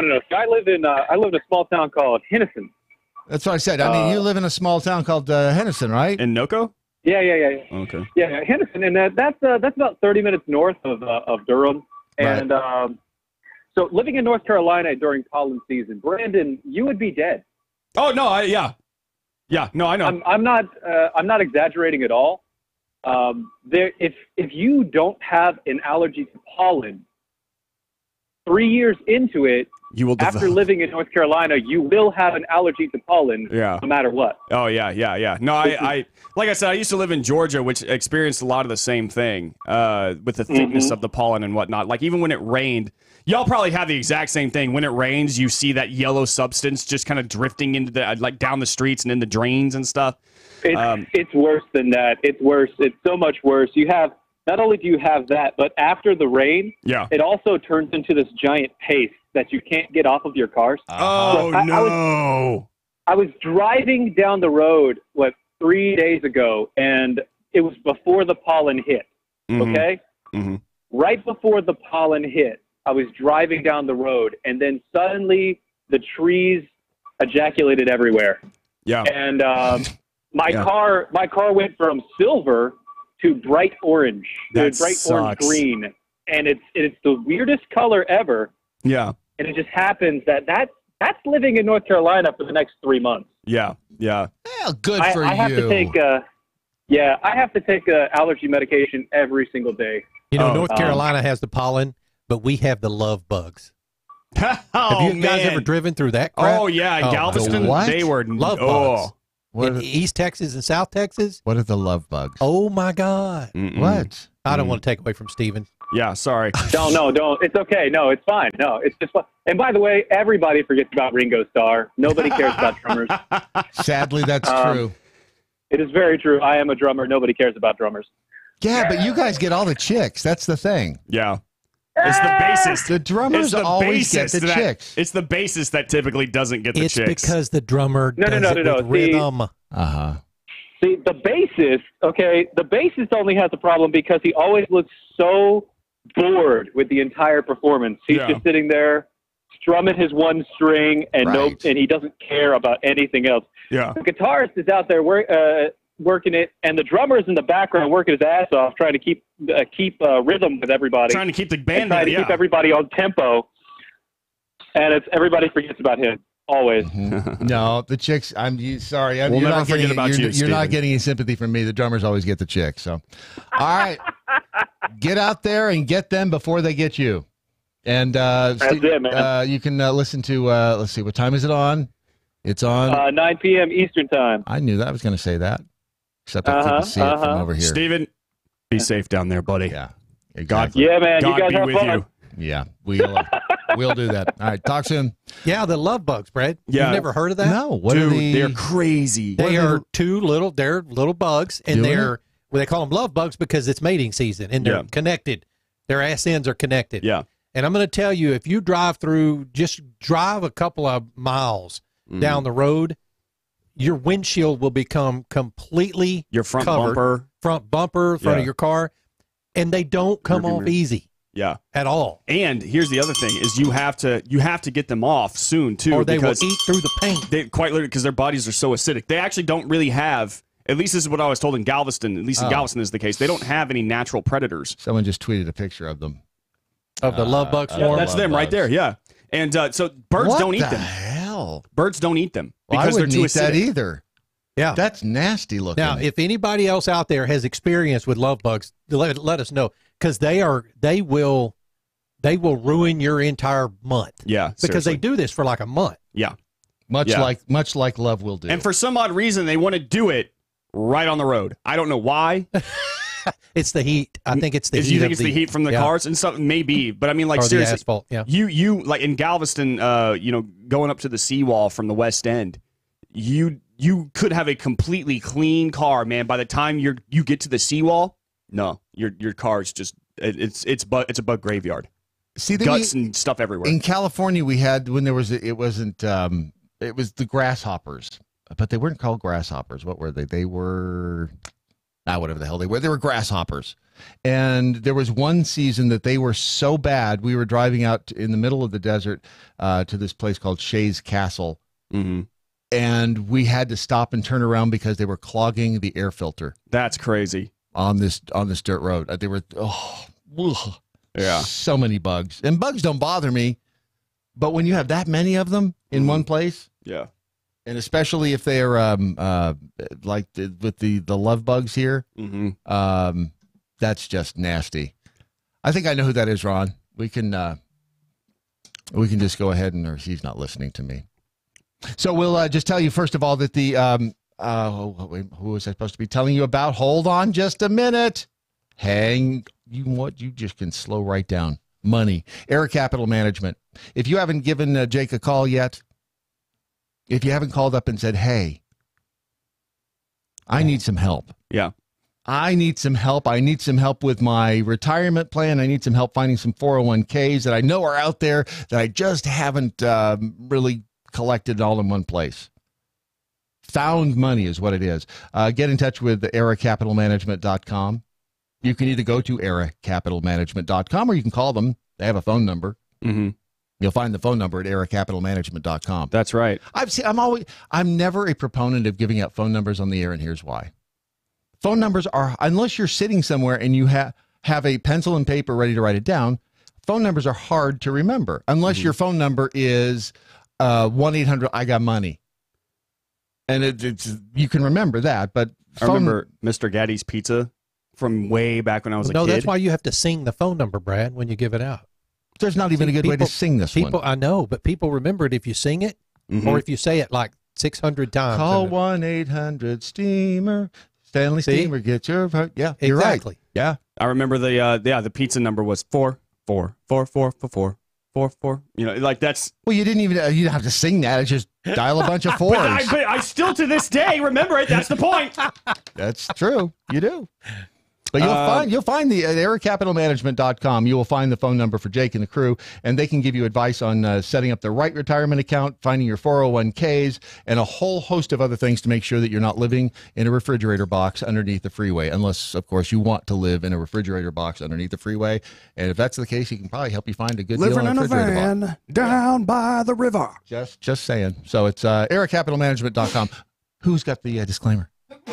Bless you. Sorry, I do. I had to sneeze first. Era Capital Management LLC is a registered investment advisor. Investing in securities involves the risk of loss.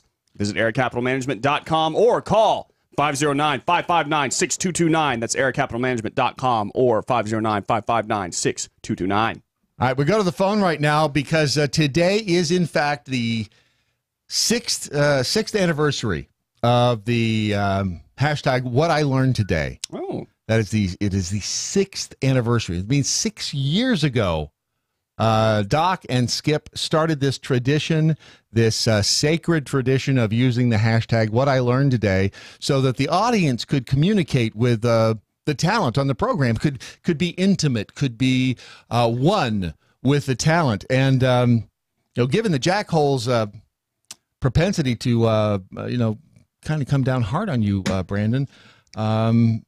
I thought it would be only appropriate to talk to one of the originators of this habit, this trend. Yeah, the only one that can still talk. Oh, hey Skip, I think that you need to kind of give it to Brandon here on not carrying on the tradition. Hey guys, it's Skip. Long time, first time. That was my main question. I thought we had started this thing, the what I had learned today, and I thought it was a pretty good idea. It was a way that Doc and I were able to get a whole lot of content from the listeners on the air, make people feel involved. But I guess if Brandon wants to go against everything that Doc builds, that's really his own prerogative.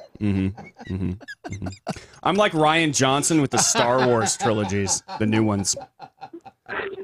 That sounds accurate. Yeah, you guys are building your own thing here, so I don't want to judge too much. I just found it particularly odd that Brandon wanted to on everything. The truth is that I wake up every morning and I'm like, how can I just crap all over Skip Lacombe? That son of a gun. Well, you don't have to squat down far. Well, and here's the thing. Here's the thing. I'm not mad. I'm just disappointed. Just disappointed. Damn. That is the worst. That is the worst. That's always, man, when your parents ever said that. I'm not mad at you. Yeah. Your mother and I are just disappointed. Just disappointed. That's actually worse. Yes, it is. It's and you see, I worse. think they knew that. Yeah. I think, Skip, can you believe it's been 6 years? It's astounding. Amazing. Yeah, we were 6 years ago working out of a studio in Detroit, Michigan, borrowing some of the CBS Detroit studios that they graciously let us use for about 3 months until we packed up the family roadster, went down to Dayton, Ohio, and started doing the show from my one-bedroom apartment there. Moved up in the world. You guys have come a long way. Uh-huh. And then from there, you went to, did you live in Bentonville, too? I did, yeah. I lived in Bentonville for about 2 years. And where did you guys do the show from there? Was it at a studio or your house? At that time, we did it from Doc's house in his den. That's when he had a nice little den at the front of his house that I would go over each morning and do the show there. Mm-hmm. And then you guys, the plan, I guess, was to move down to Dallas, but that never materialized. So, yeah, that was floated around for some time, but it never really materialized. Funny what 6 years can do and bring, isn't it? Well, and I mean, even in radio too. I mean, getting a 5-6 year run on anything is kind of rare and becoming more rare these days. You know, there's not a whole lot of instances of that team working together for 30 years like we seem to have had in the past. And so, and especially when people like Brandon Morse just shit all over the tradition that is. That's true, and I think that's a big part of it. I mean, I think Brandon is largely responsible for like the degradation of radio, but I mean, who am I to judge that? Right? Yeah, exactly. Right? No, there's just a lot of love. That's in this exactly room. what they said about PewDiePie. Right. And visual content. By the way, anything exciting going on in the space industry? Are you working on anything you can tell us about, or is it all top secret and you'd have to kill us if you told us? Did you see the planets, the new super planets? Was this Planet X or Planet 9 you're talking about? Yeah. The new one that we're going to go to. Are you taking us there? That sounds exciting. I thought they were I know, but actually it's a really exciting day today for spaceflight because SpaceX will be having the second flight of their brand new massive Falcon Heavy rocket. And we'll be launching a large satellite called ArabSat. It could happen today at, I believe, about 6:30 Eastern. Definitely worth a watch if you set a reminder. I think it'll be SpaceX.com/webcast, I think. I'll watch all of those, Skip. I love that stuff. Love it. This is going to be another spectacular one with a dual landing. If you remember when Elon Musk sent his car up into space and he had the two rockets land in unison, we should be able to see a landing of 3 rockets today, too. They'll land 2 back at Cape Canaveral like we saw before, and they'll also attempt to land the center core on their drone ship called Of Course I Still Love You. Well, and as long as the Indians don't try to shoot it down, we'll be okay. We're hoping. I mean,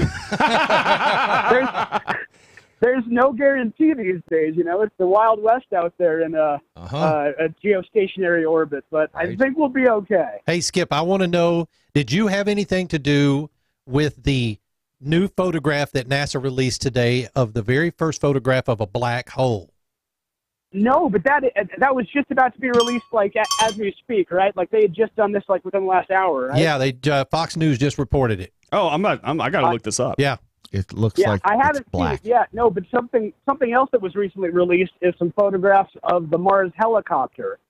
From JPL released a whole bunch of pictures of them on the NASA website of literally a drone helicopter that's going to be going in 2020 with the next Mars rover. Now that helicopter, I did have some work on. I held those solar panels in my hand. No kidding. That's really and it'll is fantastic. Flying around on Mars, and it'll launch in I think August of 2020 and take about 6 months to get there, and then we'll be flying around on Mars. Something I have held in my hand. Yeah. Hey, Skip, can you tell me if I'm wrong here? You're wrong. Wasn't the idea of a black hole you're probably wrong.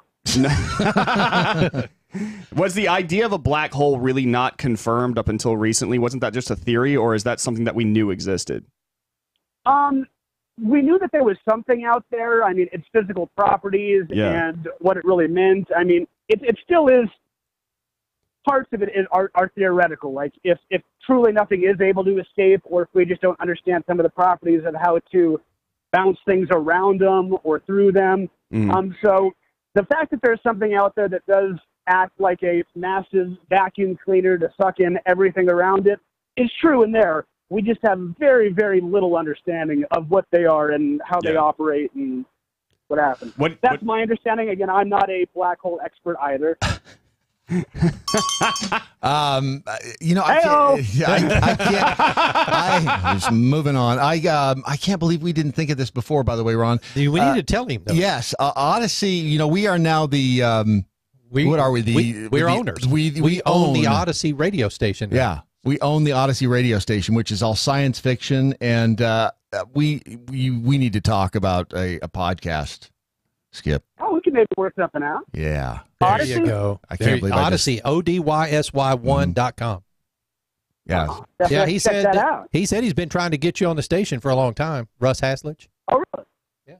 So. Oh, I know who you're talking about. Yeah, he does the Space Fleet. There was a Star Trek thing he's connected with. Yeah, it's called the Federation. It's called the Federation. He was actually at Doc's funeral in his Galileo. Yeah. Yeah. That's right. He also was the one who, the whole concept of Angry Doc was kind of built off of the evil Spock character. Bearded Spock. He had sent us, yes. Bearded Spock. That's right. Bearded Spock. Yeah. He had sent us a Bearded Spock figurine even that sat in our studios in Bentonville for a long time. Oh, I want that. Yeah, there's a Bearded Spock figurine that is probably still sitting in Doc's den. You know, if you don't want it, I want it. All right, so we'll talk about that later, because that would be, Ron and his Bigfoot thing, me and the UFOs, and you in space. I think that would be I just want to be a part of it all. I was going to say all of that. Two of the three voices would be fascinating. So I'm just leaving that right there. I'm sure he's talking about me. No, I'm not. Just let that marinate for a minute. There you go. All right, buddy. We will talk again soon. And happy 6-year anniversary of the tradition that Brandon cannot seem to uphold. Thanks, Skip. Yeah, thank you guys for thinking of me. Yeah, have a great show and have a great day, guys. And Brandon, well, I guess keep doing your thing. Hey, thanks, Skip. Go screw yourself, man. Love you. Man. 6 years they started that ago. Yeah. Have you seen the new documents that are Google's news blacklist? Basically they have a manual of they say that they're not manipulating their search results manually, but they do apparently have a misrepresentation policy and a good neighbor policy. A what? Yeah, this is fascinating. The XPA News blacklist is maintained by Google's Trust and Safety team.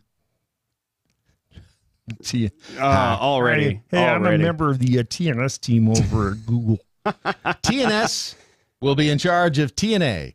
They'll be in charge of updating the blacklist as when there is a demand, reads one of the documents.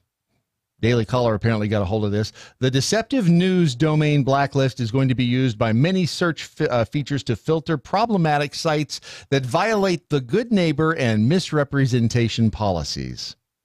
The document reads that it was, quote, approved by Gomes, Nyack, Harrer. I know that guy. Right. He's a fabulous dentist.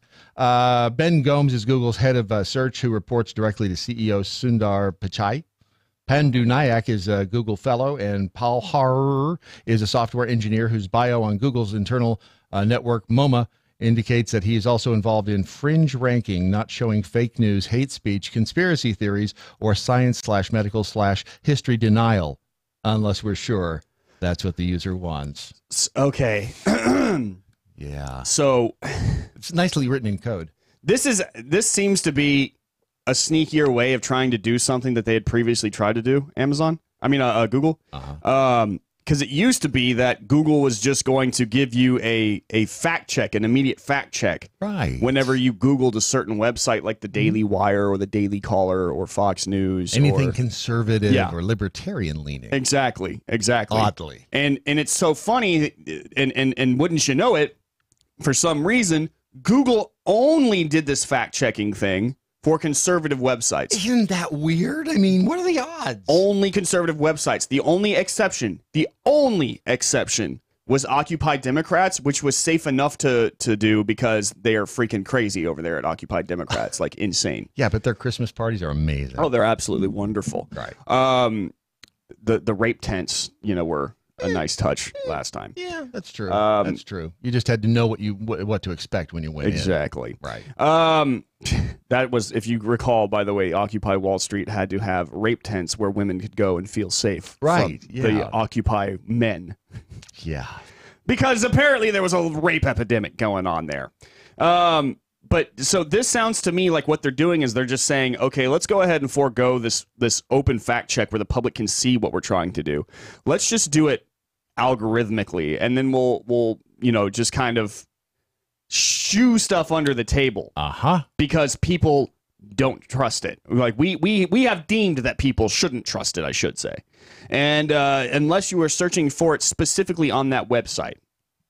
Because if right now, even if I go to different or try to Google something and I Google a certain subject, the sites that are going to come up for me are CNN, HuffPo, okay, Vox, all right, anything left leaning, pretty much, right. And if you have to literally scroll, they've got the real news over there. They've got all the facts. They see, especially CNN. They have all of the facts. Yeah, they've just got lined up over there, and they line up all the facts and report them as they see them. The other one the other thing I've noticed that they do is like I will. Whenever I'm writing, sometimes I want to reference back an article that I've written previously, like maybe years ago or just a few months ago. Right. What they'll do instead of giving me quite literally the exact article that I asked for, they will post a website that is either referencing my article, right, or one that directly copied it and then posted on their site. Imitation is the sincerest form of flattery. I mean, it would be if I wasn't getting paid by the click. Well, there's that. But yeah, so I mean, it's almost kind of like it's like they're rigging the game, and that really sucks. Yeah, and this is all from internal memos, so that's something to look forward to. Have you ever been researching a story? So you do a little online search, and you pop up a post or an article from some site, and you realize, oh, that's me. I wrote that. What kind of dumbass wrote that? Oh, it was me. Oh, it was me. Because I've done that with the tool stuff. I would start Googling something on a tool. And it was, oh, that's oh, that's me. Apparently, I did like this. It's just kind of weird. But when they deny that any of this is happening, the Facebooks and the Twitters and the Googles and all of this stuff out there, they deny that it's happening, and yet we see it happening right in front of our faces every day. We see them throttling anything that we put out, even though, I mean, libertarian, you'd think that... No, libertarian is still right wing. It still goes against the radical stuff. Because I mean, a libertarian will look at a situation of like identity politics, and they'll say like, I don't think that the black community should get government handouts or a hand up or any kind of diversity hire stuff because everyone needs to be able to thrive on merit. And then on the opposite side, you have the radical, social justice identitarians who are like, no, they need to have like all the help that they can get, whether it's forced or not. Because all of you are oppressing them, and that's not a libertarian belief at all. And so, of course, they're going to suppress libertarians.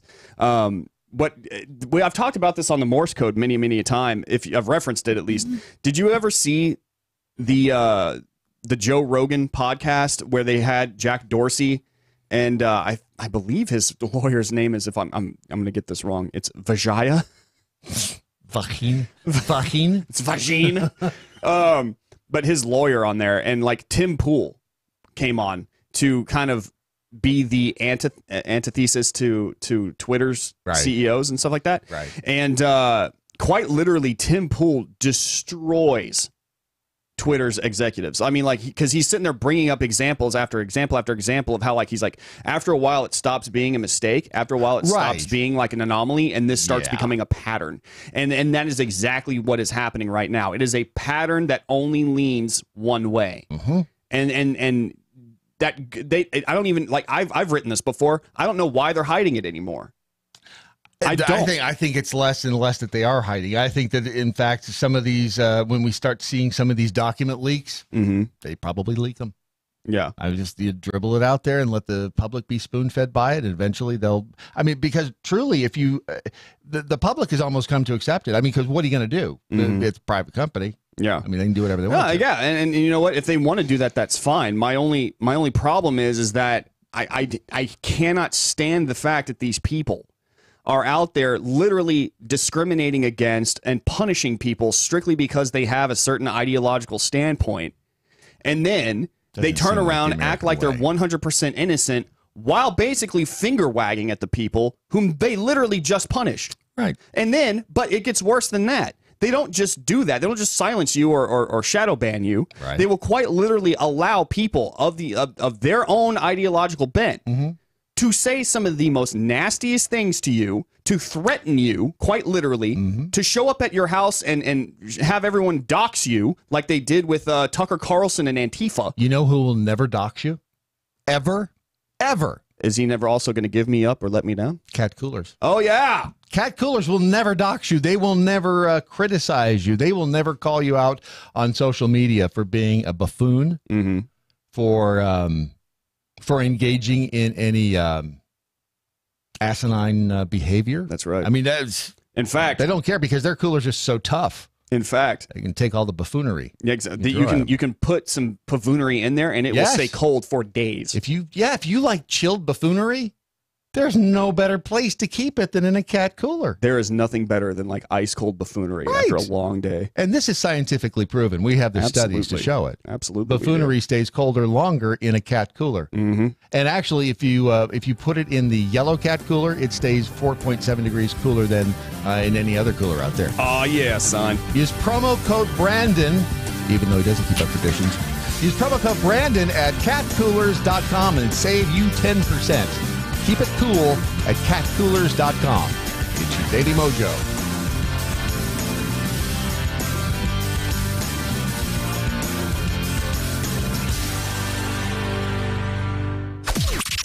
This is the seditious, rabble-rousing, liberty-loving, home of fun, entertaining, and compelling talk. Mojo 50. News this hour from townhall.com. I'm Rich Thompson. The results not official just yet, but it looks like Israeli Prime Minister Netanyahu is on his way to a fifth term in office. Close to 100% of the votes cast in the Israeli election have now been counted, and it appears the Likud Party Prime Minister will be able to form another government with the support of coalition partners. Attorney General William Barr back on Capitol Hill today testified before the Senate Appropriations Committee. Yesterday told House lawmakers he expects to release an edited version of the Mueller report within a week. Barr says he's working to strip the report of grand jury and other sensitive information and tried to assure Democrats he'll explain just what was taken out. We will color code the excisions from the report. The Democrats like Senate Minority Leader Chuck Schumer want the whole thing, not a version with Barr's filter. Color me dubious that he's going to be fair unless he proves otherwise. Senate GOP Chief Mitch McConnell says Barr will provide what is legally allowed. I think it really gets down to a question whether you trust Bill Barr or not. And I do. Sagar Magani at the White House. Most of us need gasoline, electricity, and shelter. It's the cost of those staples that drove consumer prices up 0.4% last month. Prices also higher over the past 12 months. The Labor Department says the consumer price index rose 1.9% last month from a year ago, a sharp jump from the annual pace of 1.5% in February. Inflation has been relatively modest, even as the job market has strengthened over the past several years. But the increase in energy prices in March ate into recent wage growth. Average hourly wages have increased 1.3% in the past year, down from a gain of 1.9% in February. Correspondent Jeremy House. On Wall Street this morning, stock futures higher, Dow futures up 47 points, S&P futures better by 6.5. More on these stories at townhall.com. Take the pain out of ordering your diabetic testing supplies with Diathrive. Diathrive ships the testing supplies you need directly to you when you need them. Best of all, with plans starting as low as $8 a month, Diathrive is probably going to cost you less than what you're paying today. Diathrive is so convinced that you'll love their service, they're offering your first month of supplies free. Simply type the code DOC, D-O-C, at checkout. DiaThrive.com. That's D-I-A Thrive.com. You know what makes you feel really good about yourself? Doing something good for somebody else. If you'd like to do that today, go to jdrf.org. Join them in the fight against type 1 diabetes. jdrf.org. It's something good you can do for the world. jdrf.org. A former Democratic National Committee member told Politico on Monday that he will become National Senior Advisor to the Draft Beto campaign. That sounds like a horrible beer, probably a Pilsner. The Defenders with Stephen Airy, tonight at 9. MoJo 50. Have you done it? You catch a glimpse of yourself in the mirror? I'm one of those people you don't want to see naked. Yeah, most of us. But I mean, you look and you're going, what the? I know. How did I get to whatever? Yes. Yeah. Oh, it's horrible. Hey there, it's Doc Thompson and Brad Staggs to tell you about a different way to shed those pounds. This is brand new tech. It's only been around for a couple of years or so. It was based on research from the University of California that said there's a molecule called OEA that's found naturally in your body. It produces it in the Mediterranean diet, that when taken in concentrated amounts, it will actually make you feel fuller and boost your metabolism. I've lost about 10 pounds so far. It's amazing. It really is cool. A company said, we can take this to market and make this great product that'll help you. It's called Riduzone, RIDUZone.com, RIDUZone.com. Brad's worked. It's worked for Brad's, worked for me, countless other people. Go to riduzone.com and try today. You're going to love it. Riduzone.com. Remember that, RIDUZone.com. This is the MoJo 50 Institute for the Advanced Application of Freedom. Ya bitches.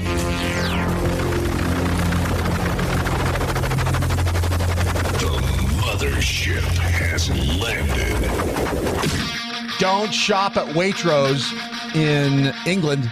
Do not do it. They're obviously racist. What? They had to pull their chocolate ducks from the shelves. What? Because, well, I mean, it's obvious that they're racist. I'll show you. Were those ducks doing brown face? Very close. And Ron, if you take this full shot of this here, you'll see the package of the 3 ducks. You'll see the milk chocolate duck over on the left. See the yellow duck in the middle there. And you'll see the, obviously, the black, would it be African English over there? Yeah. The black duck on the far right. And if you will pay particular attention to what they named the 3 ducks in this trio of chocolate ducks that you get. Crispy is the name of the milk chocolate duck. You've got Fluffy as the Caucasian duck there in the middle. Obviously, Crispy is the Jason Hernandez duck. And then the black duck, its name is Ugly. Are you serious? It's right there. It's right there. It's on the interweb, so it has to be true. Somebody tweeted a picture out of this, and it's yeah. I mean, they're obviously racist. They don't like black ducks made of chocolate there, and they're this is one of those things where I'm just like, people are way too sensitive, man. You guys have got to calm down. This is a result of people who literally make it their job to go around and find things to be angry about. And can you imagine living that kind of life where you literally encourage and push yourself to just be angry all the time? Hell, I lived with that for a while. Hold on. Thank you. I'll be here all week. Like, I don't have the capacity. Like, I honest to God, I can only be angry for like short bursts and then I'm over it. You know, anything longer than that, and I must seriously have a problem with it, and something's got to change. But I mean, like I cannot, I can't look at something and be like, life's too short to live it in a fuss. I'm offended by this. I'm offended by this and this and this and this and this, and I'm going to go on a crusade to make it change. A customer shared this picture of the Easter gift, saying that they believed it was racist. They wrote on Twitter, said, "Crispy, fluffy, and ugly trio of Easter ducklings at Waitrose. Ugly is the dark one on the right." Overheard women saying, "That is not right. I agree. Doesn't look good at all. Thousands of other options. Why? Hashtag ugly." Waitrose has now apologized after receiving complaints about the chocolate and said they've pulled the product from the shelves. They apologized for the choice of the name and had the packaging redesigned. They're now available to buy again. Now the names are Crispy, Yummy, and Blackie. So there you have it. You can eat your chocolate. Shut the hell up. So tired of these people.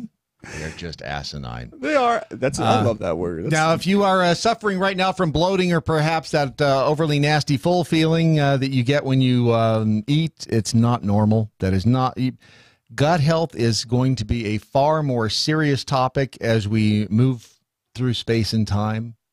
Yep. As we discover new science, as we discover that, man, what's in your gut really affects everything from whether or not you're depressed to whether or not you can lose weight to whether or not you're smart to whether or not you can resist diseases to the list goes on and on. Gut bacteria is very important. If you go to lovemytummy.com, you'll find out about Altrontil. It's a 3-syllable word that sounds very French and does good things for you.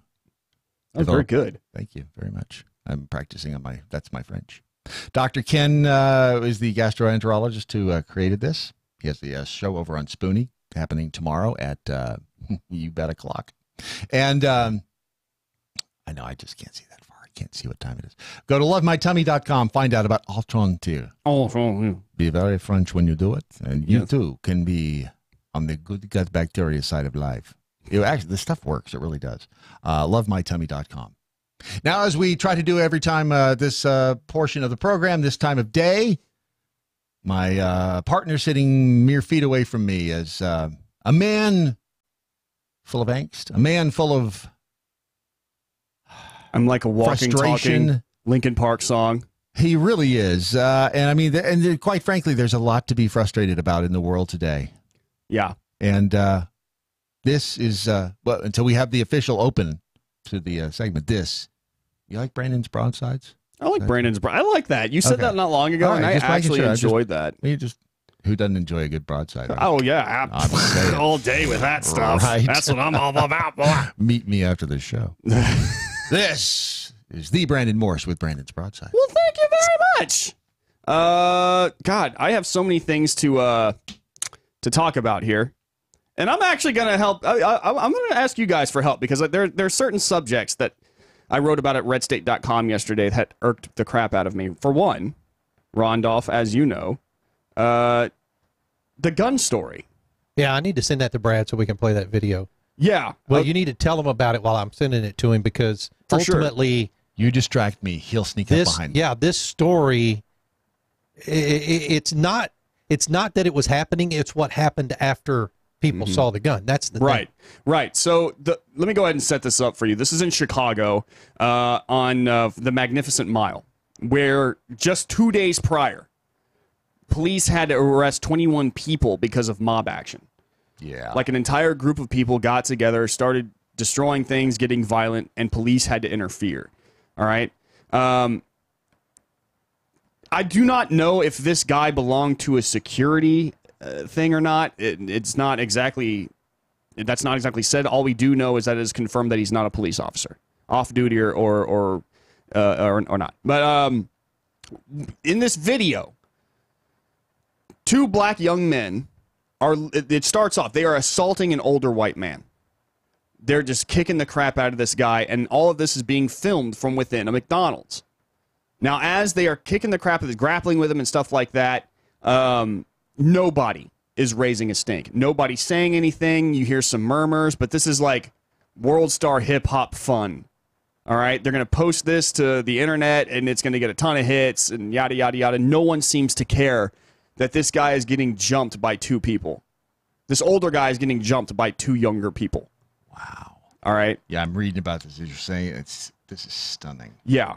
At one point in time, one of the young men, I guess he dropped a can. It was either the older man's first or it was his, but there was a can of pepper spray. It falls on the ground. He goes to retrieve it while the other guy continues to grapple with the older man. He picks it up and he starts to aim it at the dude, at the older man. And then suddenly he stops and just bolts in the opposite direction. After some shorter time, the other guy, the other young man, bolts in the opposite direction. And the man emerges from behind some poster signs on the McDonald's windows, and you just start hearing screams from inside the McDonald's. Now people are panicking Now people are screaming, no, no, no, because the older man had drawn his gun and is now pointing it at the young guys who were just jumping him, who were just beating the crap out of him, or trying to at least. We have that video if we'd like to go to it. Yes, now. please. Is there sound on it? Or Yes, there's definitely sound on it. So they're trying to grab his head. They're trying to bring him down. They're now running. That is amazing. When you start hearing the screams, that is when the white dude emerges from behind the sign with a gun. Yep.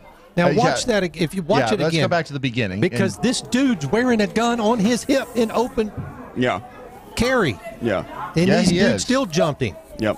Well, they're not the smartest things in the world, are they? No. Yeah, they freak out, though. That is the sound They of didn't the freak people. out while he was getting his ass whooped. They Nope. freaked out when he pulled out his gun. They did not give a crap that he was getting his ass The kicked. dude didn't even pull the trigger. Nope. Now, had they continued to beat on him, somebody would have died. Now, here's the thing, is for those of you who can't see this, quite literally, he's pointing the gun at them. They are walking away. The two dudes, one of them is like grabbing something off the ground, and they're walking away calmly at this point. Yeah. They don't want any more of this guy. He's obviously Well, hell no, he's way too armed. dead. Yeah, exactly. But yeah, the conflict ended, thankfully, with no major injuries. All right, and it's all because this guy was carrying. Now, the point of this story, the reason I wanted to write it is look, you have two things happening here. There are two things you can take away from this. For one, the good guy with the gun absolutely does see to it that violence is stopped, that crime is stopped. All right? The man is not affiliated with, affiliated with any police department. I don't know if he's like hired security for some reason, after the mob action, maybe. I don't know. They don't say. With the sidearm, I would think he would have to be, because you can't open In Chicago, carry in Chicago, which is why I think maybe he was security. I mean, you're not allowed to open carry. Right. Obviously, you can, because he did. Yeah. But your average citizen is not allowed to open carry. However, the most disturbing thing, and this is the most important part right here, no one cared that he was getting assaulted. Nope. Nobody. In fact, they were filming it. They were enjoying it. They thought it was good TV. They thought that this was good entertainment. No one was coming to this guy's aid. An older man getting assaulted by two younger dudes was fun for them. It wasn't until he pulled out his gun that suddenly there was a problem. That's a bad thing. That is not good that we look at it this way. All right? That man was in the right to pull his weapon. He absolutely was in the right. No one should have been panicking at this point. But the point of this is, sometimes people aren't going to help you. Sometimes when you're in trouble, you're going to be left to your own devices. 90% of the time, I would say. All right? You need to be able to defend yourself, because you are your first best line of defense. And that is why this is a perfect example why you should arm yourself, why you should carry a gun with you. If you can get a concealed carry license, then get one. And then get a firearm, preferably from treguns.com, and carry it with you wherever you go. Because, y'all, this could happen to you. This could happen to you. You don't know why. Violence doesn't have a purpose a lot. People might have, they might just want whatever you've got.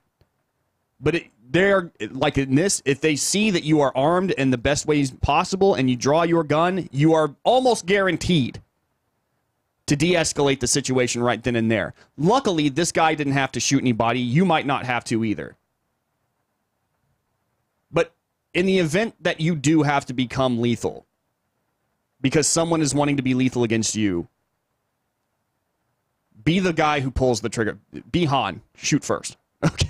Well, but this guy, he did not shoot, and I will No, he say, didn't shoot, yeah. and that would showed impressive control, because when you've got two guys, your adrenaline is flowing. Oh, yeah. You got two guys that have been wailing on you, and who one of which conceivably is armed because he has pepper spray. Yeah. And at that point, since you have the weapon, if he disables you or blinds you, he could be able to get your weapon from you. And so, yeah, that's exactly. They say never pull your gun out, and unless you intend to use it. Right. Yeah, no, that is this makes me think that this guy is actually like former police officer, probably, in some, maybe not in Chicago, but somewhere. Like, it seems like he's had experience with this before. Yeah.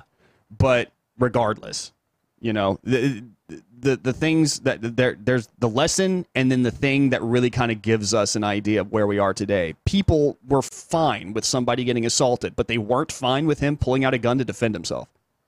It is stunning. That is ridiculous. Yeah. How stunning. far are we? It is security. He is a security guard. He is. By the way, he's a 57-year-old man working security for the restaurant. Did it say what he used to do? It does not. Okay. Guard, blah, blah, blah, blah. No, it does not say that. Okay. But so he obviously has had some training. Yeah. And he knows what he's doing. Yeah. But the fact that how far off are we from The Purge? It sounds crazy, but I mean, yeah. It's let's think about, you know, you go through various riots that have happened for various reasons, and you have stank. You get some stank too. You get some stank. State sanctioned violence, essentially. Because remember back in what was it? Not the Boston, Brooklyn. What's it? No, where was it? Starts with a B. The riots. Bojangles. The Bojangles riots. The Bojangles riots. Yes. Right. We'll just call it that until we think of it. You know, during those riots, the mayor got up and said, "Oh yeah, we created space for these people to destroy." Now, the space that these people to destroy was privately owned businesses and cars that belonged to private citizens and all sorts of stuff. They allowed them to essentially riot in that area instead of driving them off and taking them or making them go home like they should have. That's ridiculous. But I mean, like, this typically happens in Democrat-controlled cities. By the way, I need to add this. Man, it's gonna drive me crazy. Don't think of it. It's like a fish. Don't try to grab it. The fish will just slip away from you. Apparently. But yeah, no, Baltimore riots. Well, you should have said. I knew you. Baltimore. Why didn't you just say so? Shut up. Stephanie Rawlings Blake. She's the one who said, "Yeah, well, we gave the rioters space to destroy." Now, this is also stuff that happened to Milwaukee during the Black Lives Matter riots. During the Black Lives Matter riots, they were quite literally targeting white people, and they have it on camera where they were quite literally saying, "Hey, he a white guy. Get him, get him, get him." They were trying to stop cars with white drivers in order to steal their cars and beat them up. No one came to help. And that was going on, remember, in Portland? When that was all that was happening up there with the protesters on the streets. Antifa? Stopping people in their car, white people in their cars. Yeah. Oh, yeah. The same thing. Quite literally trying to direct traffic, and upon if they even showed the slightest means of resistance, they were threatened with violence. Quite literally, like the one thing that really made me mad during that video was not like the guy like talking about how, you know, screw you, whitey, and da-da-da. If he was a white guy screaming that, by the way. He's like the Dave Chappelle, the black white supremacist. Exactly. But like the thing that really bothered me, and this actually frightened me, was the girl going, you know, like she's like, "I need you to go through this way," and when the guy asked why, she goes like, in a very sweet kind of like semi-sweet voice, like, you know, there's some malice behind it. She goes, "Because I told you to." And I like, at that point in time, I'm thinking, you know, I've never slapped a woman before. While I can't condone it, I can certainly understand it. But that's the kind of mentality that they have, you know, like they own you, and because they say they do. And Brad, to your point, Portland, the police there even. They were letting these people do whatever they wanted. But they were doing that because they were ordered by City Hall not to interfere with this. They handed them. Stunning. They handed it over to the criminals. It is stunning. Yeah, this is a repeated pattern. Baltimore, Portland. There was another one, I forget, but they hand it over to the criminals, and they justify it by saying like, well.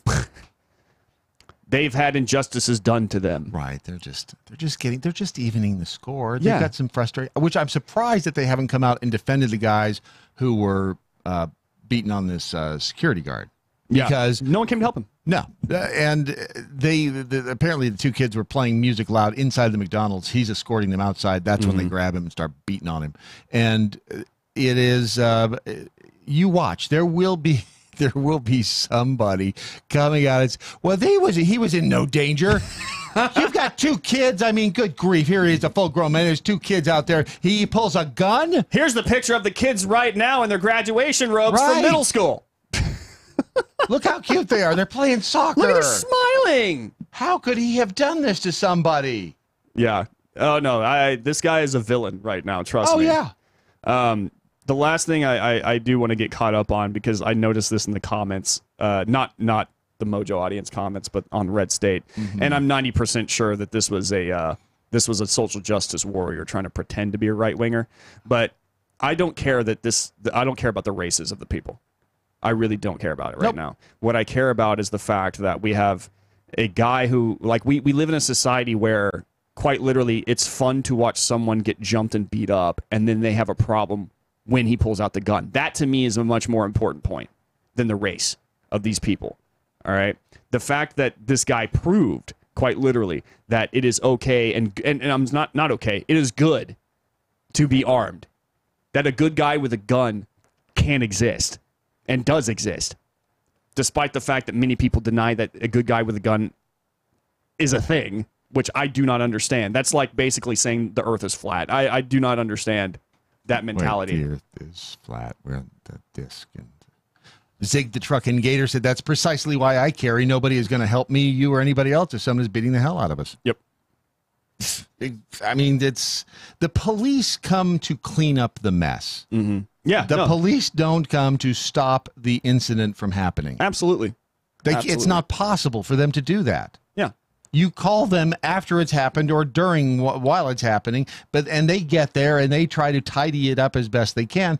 It is our responsibility as citizens to defend ourselves, to be our own first responders. That is what the Constitution guarantees, which is why it is so with the Pittsburgh laws that they did enact and take effect in 90 days.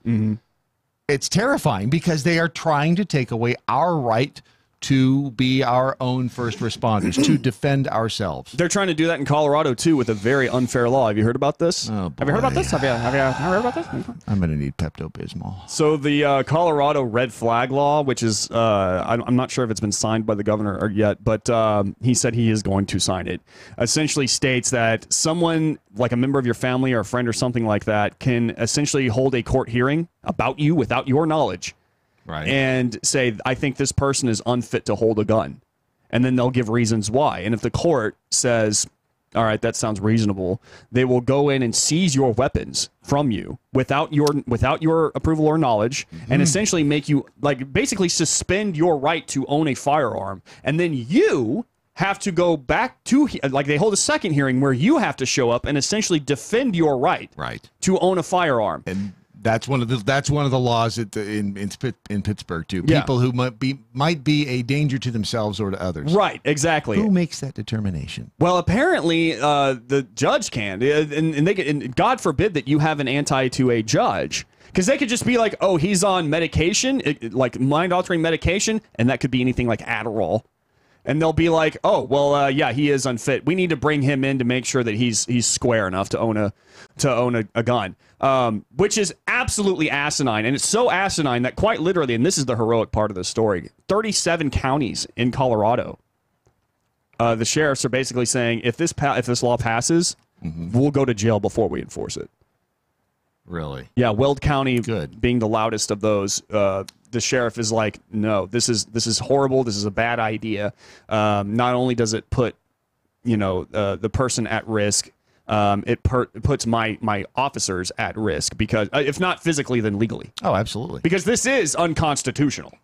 Big time. And they've tried this before, and I can't remember exactly where, but they have tried this before, where they try to suspend your right, and you have to earn your right back, which is...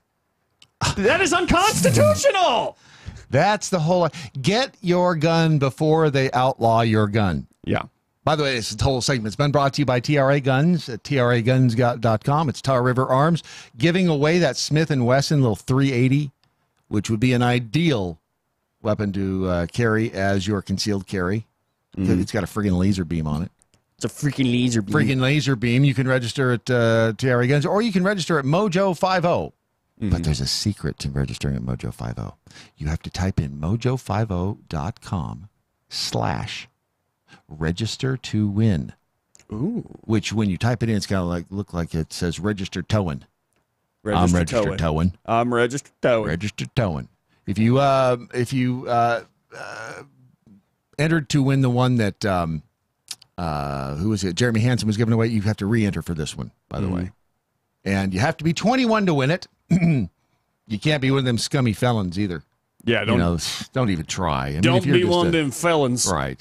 And you can't have blonde hair, and you can't have blue eyes either. So those are the only restrictions. You can be a box blonde though. That's the stipulation. Oh yeah, actually you get 2 votes if no Izzo's on the phone. We'll talk to him just after the break. He wants to weigh in on the McDonald's thing, and for sure. But we'll do that traguns.com or and register to win that gun at mojo50.com/register to win.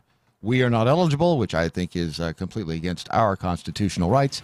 Wait a minute, is Brandon eligible? He's not eligible. Why? He should be. All show hosts and their families are ineligible. Wow, that is so unconstitutional. I can't even believe it. Man, I thought this was a libertarian joint, too. I'm so disappointed. It's MoJo 50. High capacity, fully automatic, large caliber, freedom. MoJo 50. Today we continue a look into education, spending, and outcomes, but this time our focus is on America's colleges and universities. Many conservatives have derided higher education as simply higher indoctrination.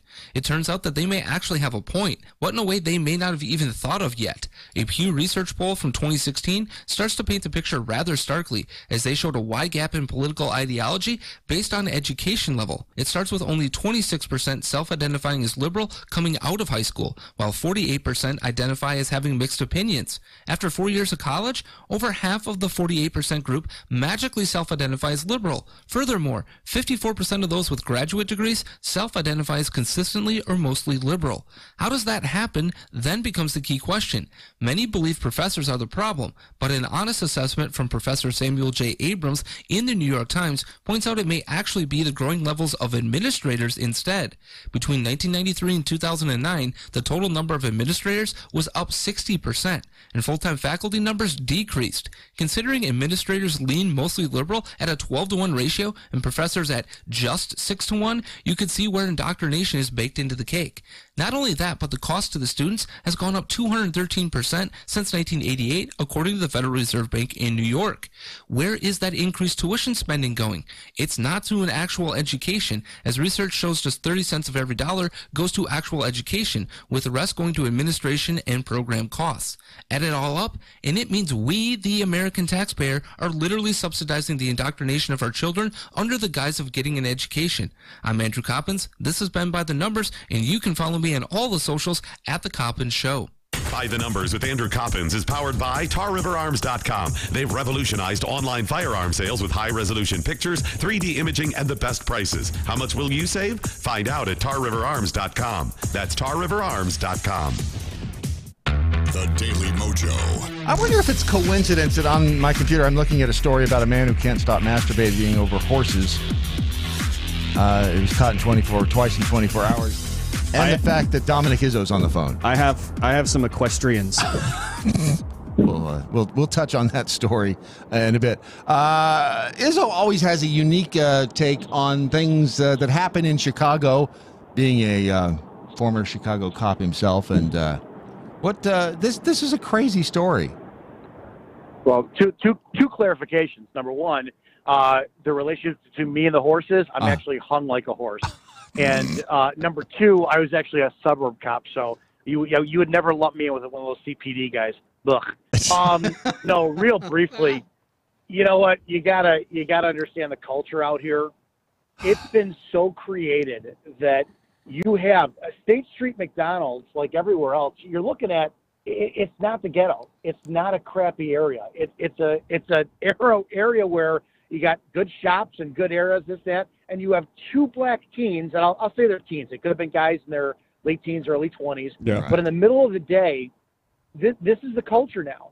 The black youth of Chicago has been so brainwashed to think that they are not only victims from everything, but they are entitled to be a criminal less. They're not. They can't be held accountable for anything. So they have balls bigger than anything to be able to attack anyone at any time they want, and there's no accountability. And if you even noticed the way that they actually walked away when the guy pulled the gun. Yeah, like this is no big deal. Yeah. He stopped to pick up his backpack and sauntered away. Yeah. Yep. This is their culture. I tell people, if you go to that website, heyjackass.com, and you actually look at the time of day that these occurrences and these shootings are happening, they're not 2, 3 o'clock in the morning when cover of darkness in low-lit areas. These are 5 o'clock in the afternoon, 6 o'clock in the beginning of the night. The culture up here is absolutely changing, and it's not going to get any better anytime soon. Mm-hmm. And I'm going to tell you flat out, that security guard, the guy had to be mid-50s. Yeah. Mid-50s. And he would have been 100% justified in pulling that trigger repeatedly. But he's not going to, because they know damn well you pull that trigger. That's why those black kids didn't run, because he knew he wouldn't pull the trigger, because that guy would go to jail. Yeah. He'd lose everything. Yeah, he'd go to jail, and he would, it would be probably for the rest of his life he would be involved in litigation. Yeah. And, that's sad. That is absolutely frightening to me, too, because they've essentially made it impossible for you to defend yourself in the best means possible. Brandon, they've always outlawed guns up here. It's always been a completely gun-free zone. You recently had our sheriff in charge of the second largest county in the nation, Chicago. Mm-hmm. He's got Chicago. They're eliminating the police gang database to identify gang members. Are you serious right now? It was announced within the last month. They're eliminating all of the ability for cops to identify gang members through a Leeds gang database because it's unconstitutional. Unbelievable. Wow. Yeah, so that's you asked. You need. I don't know what more reasons you need to know why I'm moving out of this area. Wow. But, well, that's several of them. Okay, so what's your opinion on this? Do you think that this guy, this security guard who pulled the gun on these two kids, is his life right now in danger? I would be hell pressed to be stupid enough to sit there and think that the parents of those two kids are not looking to press charges. Well, I mean, look at it this way. Everything in that video clarifies the mentality, and I don't mean to single this out, but it is what it is. It's not racist if it's true. The black community's mentality. Oh, look, here's two black guys beating the crap out of an older white guy. Mm. Oh, God, no, when he pulls the gun. Right. Yeah. Well, and has he damaged, or has he damaged the street cred of these two kids? In other words, I guess, is there a shot that they are going to round up the posse and come back and look for this guy and extract? No, God, no. Yeah. No, that guy will probably. I wouldn't be surprised if that guy was either fired or moved from position 2. Street cred. These guys also sit there and they're the same guys that will brag about getting shot with a .22 in the stomach and taking a bullet for their cause. So, again, it's all the mentality of how it is out here. I mean, Kim Fox, just again yesterday, not only did she release a former cop from a DUI, she just released a murderer, a black murderer who literally struck a kid until he was dead 4 years ago, and she just dropped all charges on him. Unbelievable. So, Kim Fox but that's just it though. There is no prosecution going on up here. I never condoned the blue flu. I thought it was the biggest bullshit on the planet. But I now understand it. And to be honest, if CPD just starts turning a blind eye and they start calling in sick and using their vacation time, I don't think I'd have any problem with it, to be honest. Well, no, but I don't blame them, because what good is it for them to go out and put their lives on the line getting involved in these situations when they know that the perp is just going to walk? Exactly. And not only that, but also the fact that if they do their jobs, they might actually wind up in trouble for it. Yeah, That's the worst part about it. And I think that they need to collect their $90,000 a year just driving around, turn a corner, don't get out of the car unless absolutely need be. But the culture is so shitty up here that I mean, what you see, that's not an uncommon occurrence.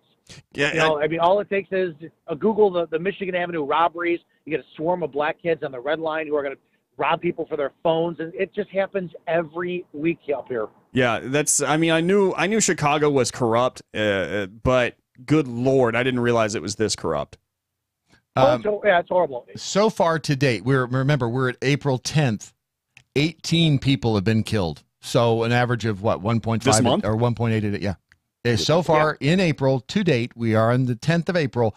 18 people have been shot and killed. 65 have been shot and wounded. Total shot is 83. Now, what's the year to date? Because I think we're in the 99th day of the year, and we should be close to 500 shootings so far. Let's see here. Year to date, shot and killed 92, shot and wounded 421, total shot 513, and total homicides for 2019 to date 102. Now, here's the other deal of that. If you look at the map just below that, it's Chicago, which I believe there are 100 like 50 wards. Mm-hmm. So if you look, there's only really 4 of those wards or 4 of those neighborhoods where all these things are occurring.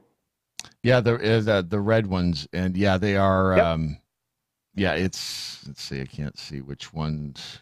This is part of the reason that we have such high gun crime here in America. By the way, I want to point that out. If this gun crime right here wasn't no longer a thing, and Chicago would not be this corrupt, we would have about the same amount of gun crime as Denmark. Brandon, name me another city. Name me another city in the nation. I mean, Milwaukee's bad. New York's going to have its bad. The only other one is bad. D.C., but I even think that one's going down, if I'm not mistaken. Right, and they're all. I mean, again, if it's true, it's not racist. But can you name me a white or Hispanic or Asian community in America today that has this problem? I honestly can't. No. And it's, I mean, your new mayor up there, what is it, Lori Lightfoot? Lori Lightfoot. Is she going to be able to make any change? Is she going to be able to affect anything resembling change in that city, or do you even think she wants to? No, just because, just like how you got the president, then you got Congress, we have the same thing up here at city council and and everybody's so elated that we have a female black lesbian in office, and we got, called this cultural shift. That's all they're concerned on. She's coming out. She is coming out like a hard ass. Like, she's already talked about investigating the Jussie Smollett case and Kim Fox. So I'm going to give her that. But, that's a little bit of show. I mean, she's got bigger balls than Rahm Emanuel so far, and I'm okay with that. And I will agree with you that it's all for show, because even people on the left, even activists, black activists on the left are like, Jussie Smollett's got to go. He's got to go. He cannot get away with this. But he did. All right. Well, he did on the local level, but I feel like, weren't they changing that up now? Like somebody they are going to, for the mail for using the mail service to send the whatever he sent to himself, and the police are suing him in civil court for the $130,000. Yeah. Which, if that actually gets to court, then we're going to see a lot of the information that was on his phone, and so I'm not sure that that'll ever see a courtroom. Yeah, but we'll find out. It's just going to take one more police shooting, I honestly think, and Chicago's going to start burning. Oh, so it's going to be bad. I do not doubt that at all. In fact, what's funny is, just the other day I was thinking about that very thing.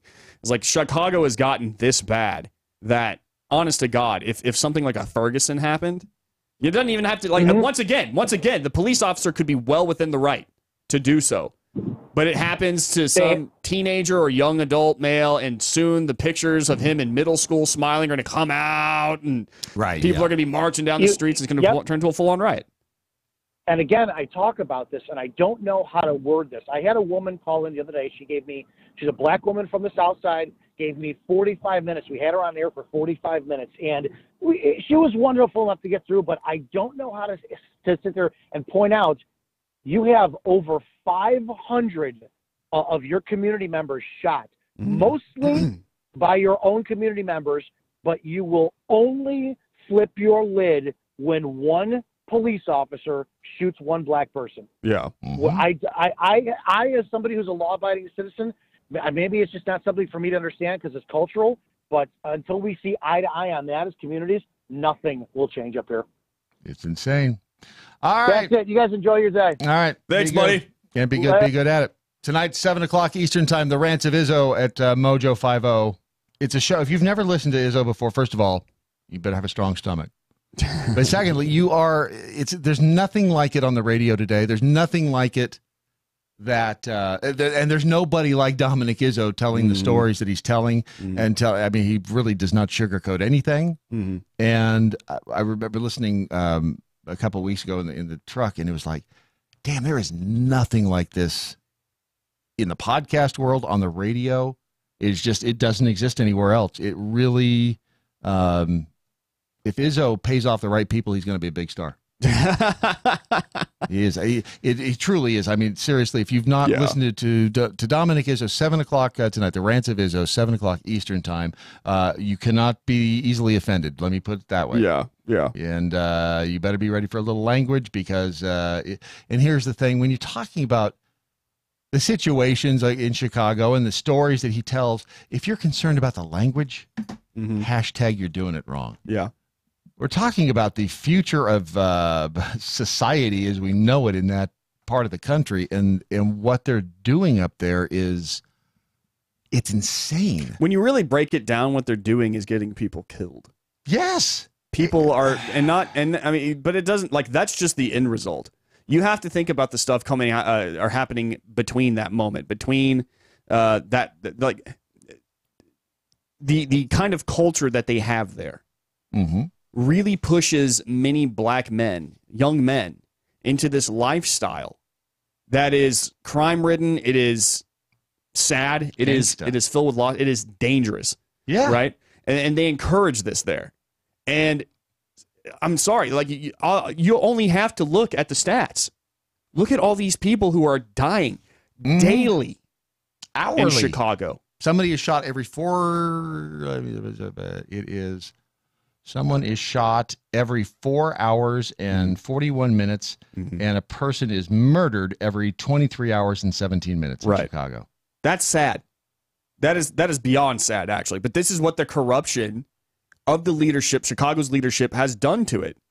This is all in the name of look, if you really want a great example of what it looks like when a Democrat takes full control of something, look at Chicago. Ta-da! There it is. There it is for you right there.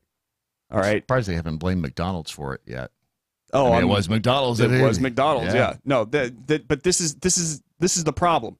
Here's the thing: is I refuse to like. I know that the race aspect of this is something we should take into account here. However, it is not black people's fault. This is not like. This is just black people. This is not what we're trying to say. It's the gang culture and the gangsta culture up there, and that happens to be primarily black. Because I mean, look around the rest of the country. You know, many black communities don't have this problem. Nope. You know, they lead completely safe, successful lives. Except for that one guy. And this is really, when you break it down, it's heartbreaking. It's heartbreaking that they believe that this is the kind of life that they have to live. That you know, this is all that's open to them. But this is what they've been trained to think. And this is what they've been trained to think with the help of the government, who has told them essentially that you're not good enough to do anything by yourself. You need our help. All right? We are going to reward you money for living a lifestyle that is ultimately damaging, you know? And if you try to leave this lifestyle, we will take that money from you. And honestly, Bill Cosby didn't do them any favors. I think, remember when he would get on there and he would get on them for wearing their pants low and for, you know, the thug thing and you know, to try be respectful. He was teaching a good lesson. Unfortunately, as he was teaching the lesson, apparently he was doing some things on the side that probably shouldn't have been doing. That is actually sad because I can remember watching the Cosby show. And I really like the one scene where his son is like, you know, this was back in the 80s when this was huge, and the son was like, "Dad, I don't want to go to college or whatever. I just want to do my own thing, and I just want to be me." And da-da-da-da-da. And like, you know, that you hear the crowd applaud and everything. You're like, "Yeah, that's awesome." And Bill Cosby's character just goes, "That is the dumbest thing I have ever heard in my entire life." And then he just goes into this rant about how, like, you're essentially, what you're telling me right now is that you don't want to live up to your full potential. Yeah. You know, and he just lambasts this kid. And I'm like, that is a message that I do think we need. And I'm sad that Bill Cosby took that route that he did. Right, because now he has no credibility. Exactly. And so his lessons are just getting flushed down the toilet. Yeah, they're done. Starting April 30th, by the way, this month, signature crafted recipes, artisan grilled chicken sandwiches, buttermilk crispy chicken sandwiches, buttermilk crispy tenders, filet of fish, premium salads will not be available from midnight to 5 at McDonald's. They're shrinking the late night menu. What? We'll be simplifying what's served after midnight so customers can get the most popular favorites, according to a spokesperson for McDonald's. Translated, they in trouble. They're trying to find ways of cutting cutting costs, and by not having to make these things overnight, they're cutting costs. Yeah. McDonald's is not doing well. I think though it's a combination of things between the whole like pay raises that they're having to give out, and then also the fact that you have a lot of people very anti-McDonald's groups who dedicate their entire lives to activism against McDonald's, and they're getting the message out. But I'll admit, I'm one of the people who never eats at McDonald's. I do not touch McDonald's. You don't like filet of fish? I don't like the last time. Dude, as a kid, I ate McNuggets like they were like where exactly on the bread. chicken? Where on the chicken is the McNugget? I believe it's somewhere underneath.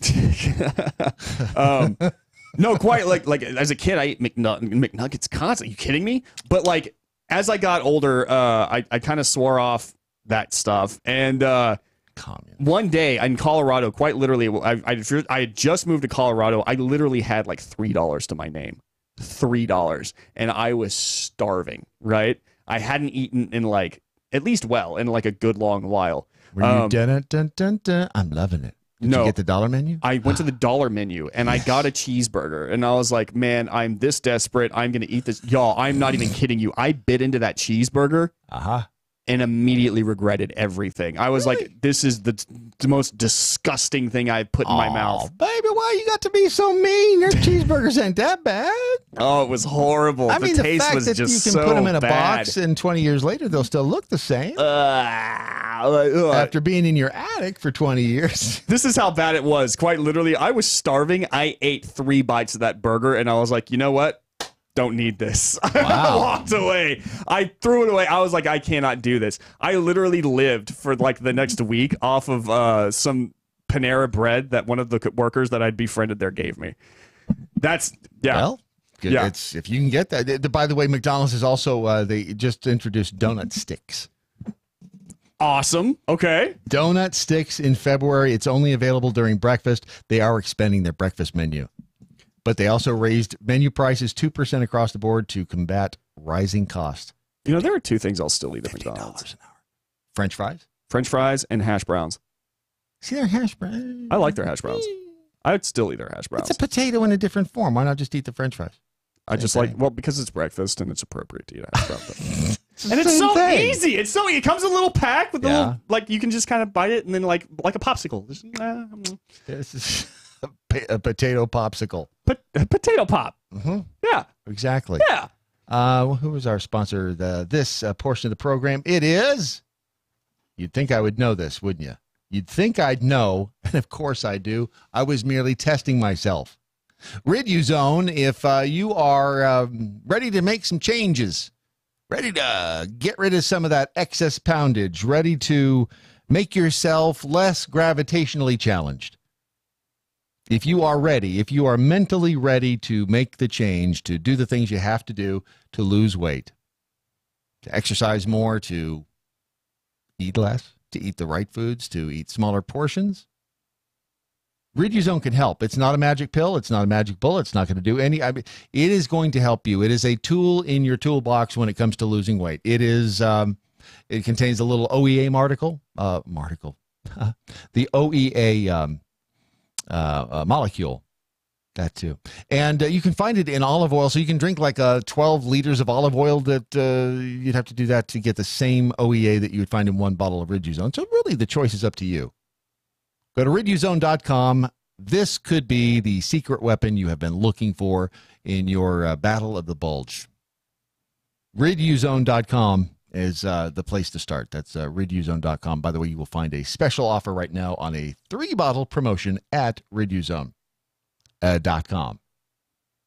The horse story that I mentioned a bit ago, a man with a long, long history of pleasuring himself in front of horses has been jailed for reoffending twice just hours after being released. Malcolm Downs, his parents are so proud, said he had been planning to see his doctor for libido-suppressing drugs, but instead went to a field after being freed from prison. He was spotted on February 18th in Bransholm Hull by a witness who thought he was urinating.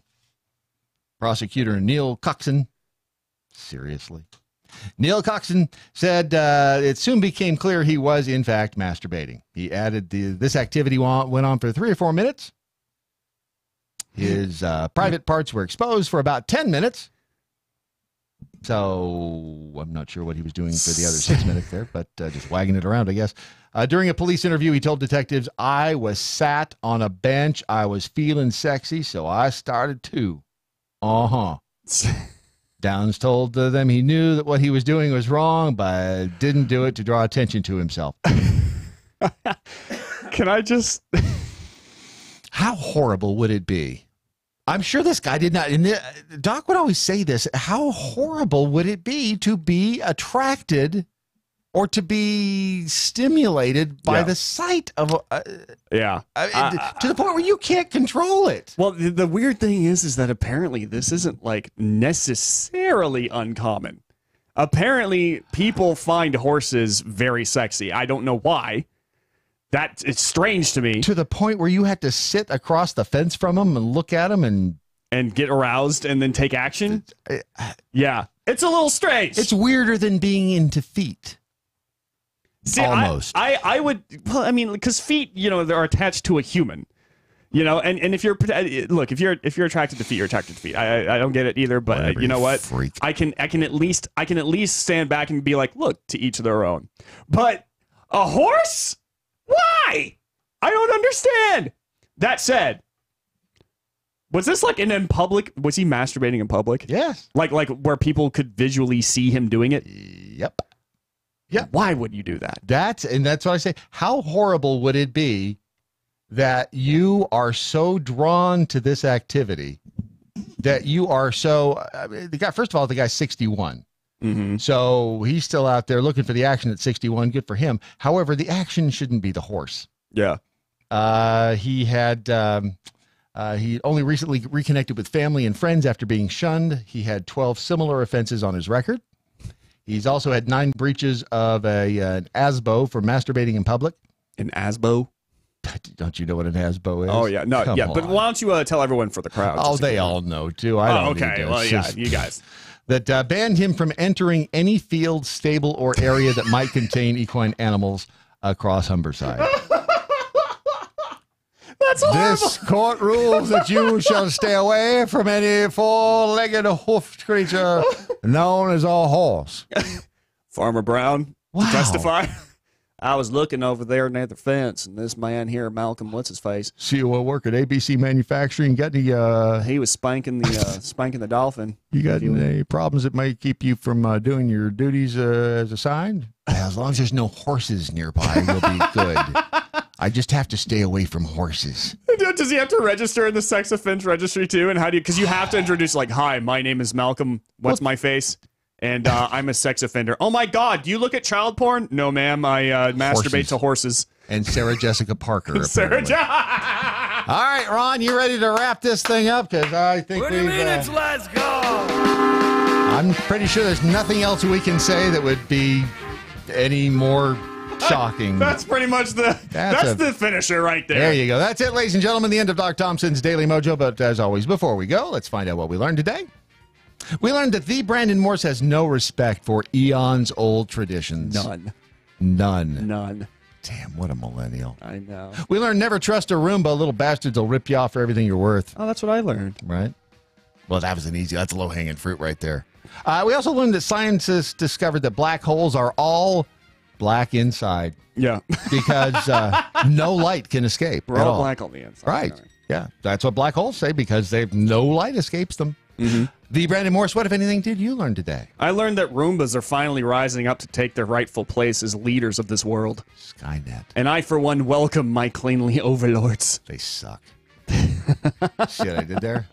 I'm not sure if that's this or... I learned that there are a lot of depressed cats in Manchester, and by God, we need to do something about it. It's not a tumor. Right? Sick and tired of these depressed cats. I know. I also learned that I could bring in some mayo here, and Ron would be all about it. Wow. What, if anything, did the listeners learn today? Let's Be Frank in PA says Brandon will be a great radio show host once his voice finishes changing. It's true. That's happened several times now where I'll just be like talking about you. You're Peter Brady. That's all. It's okay. It's just, do not be ashamed to be in your ute. My utes. Don't be ashamed to be in your ute. Madame Sue Jackal said, for 6 years, the talent has been squeezing content from compliant listeners. Brandon, keep the tradition alive. Right. That was in the What I Learned Today room, by the way, which exists. You should go and leave something about what you learned today. Daisy Dukes, Kirk Slightly Venomous Jackal says, Daisy Dukes have become the granny panties of the denim world. Wow, yes, they have. They really have when you think of that's a really great observation. And Ron looks fabulous in them. Not as good as Izzo, but pretty damn close. According to Leprechaun 420, our reliable tracker of innuendo, the bell count for today's show, 25 missed innuendos, 15 actual bells, and 0 horns. You ever heard Leprechaun's voice? Seriously, have you ever heard his voice? Sound like this? No, he does not. Oh, that Leprechaun makes me sad. has an amazing voice, and they have the ability to do. And we started doing this, and then things kind of got crazy. He needs to call in tomorrow. Well, they've got the ability to leave voice What I Learned Today's, so they could just do a recording and you could play it. Really? But yes, when so Leprechaun, you need to do a recording so that I think he actually left a recording here. There you go. You need to listen to that. I'll check it out. All right. We'll get to those new numbers on procrastination, by the way, as soon as Doc Thompson returns from his vacation. What does Matlock have coming up on his program today? I forgot to ask you that. That's my bad. I believe that he's going to talk about political things in a very high tone of voice. It's all lies. It's all lies. Your Daily Mojo today, a Ron Phillips production, wherever you go, and whatever you do. You live by the 5 rules, and you yourself got your shot at being right and being happy. Good night, Doc Thompson. Wherever you are! I'll see you.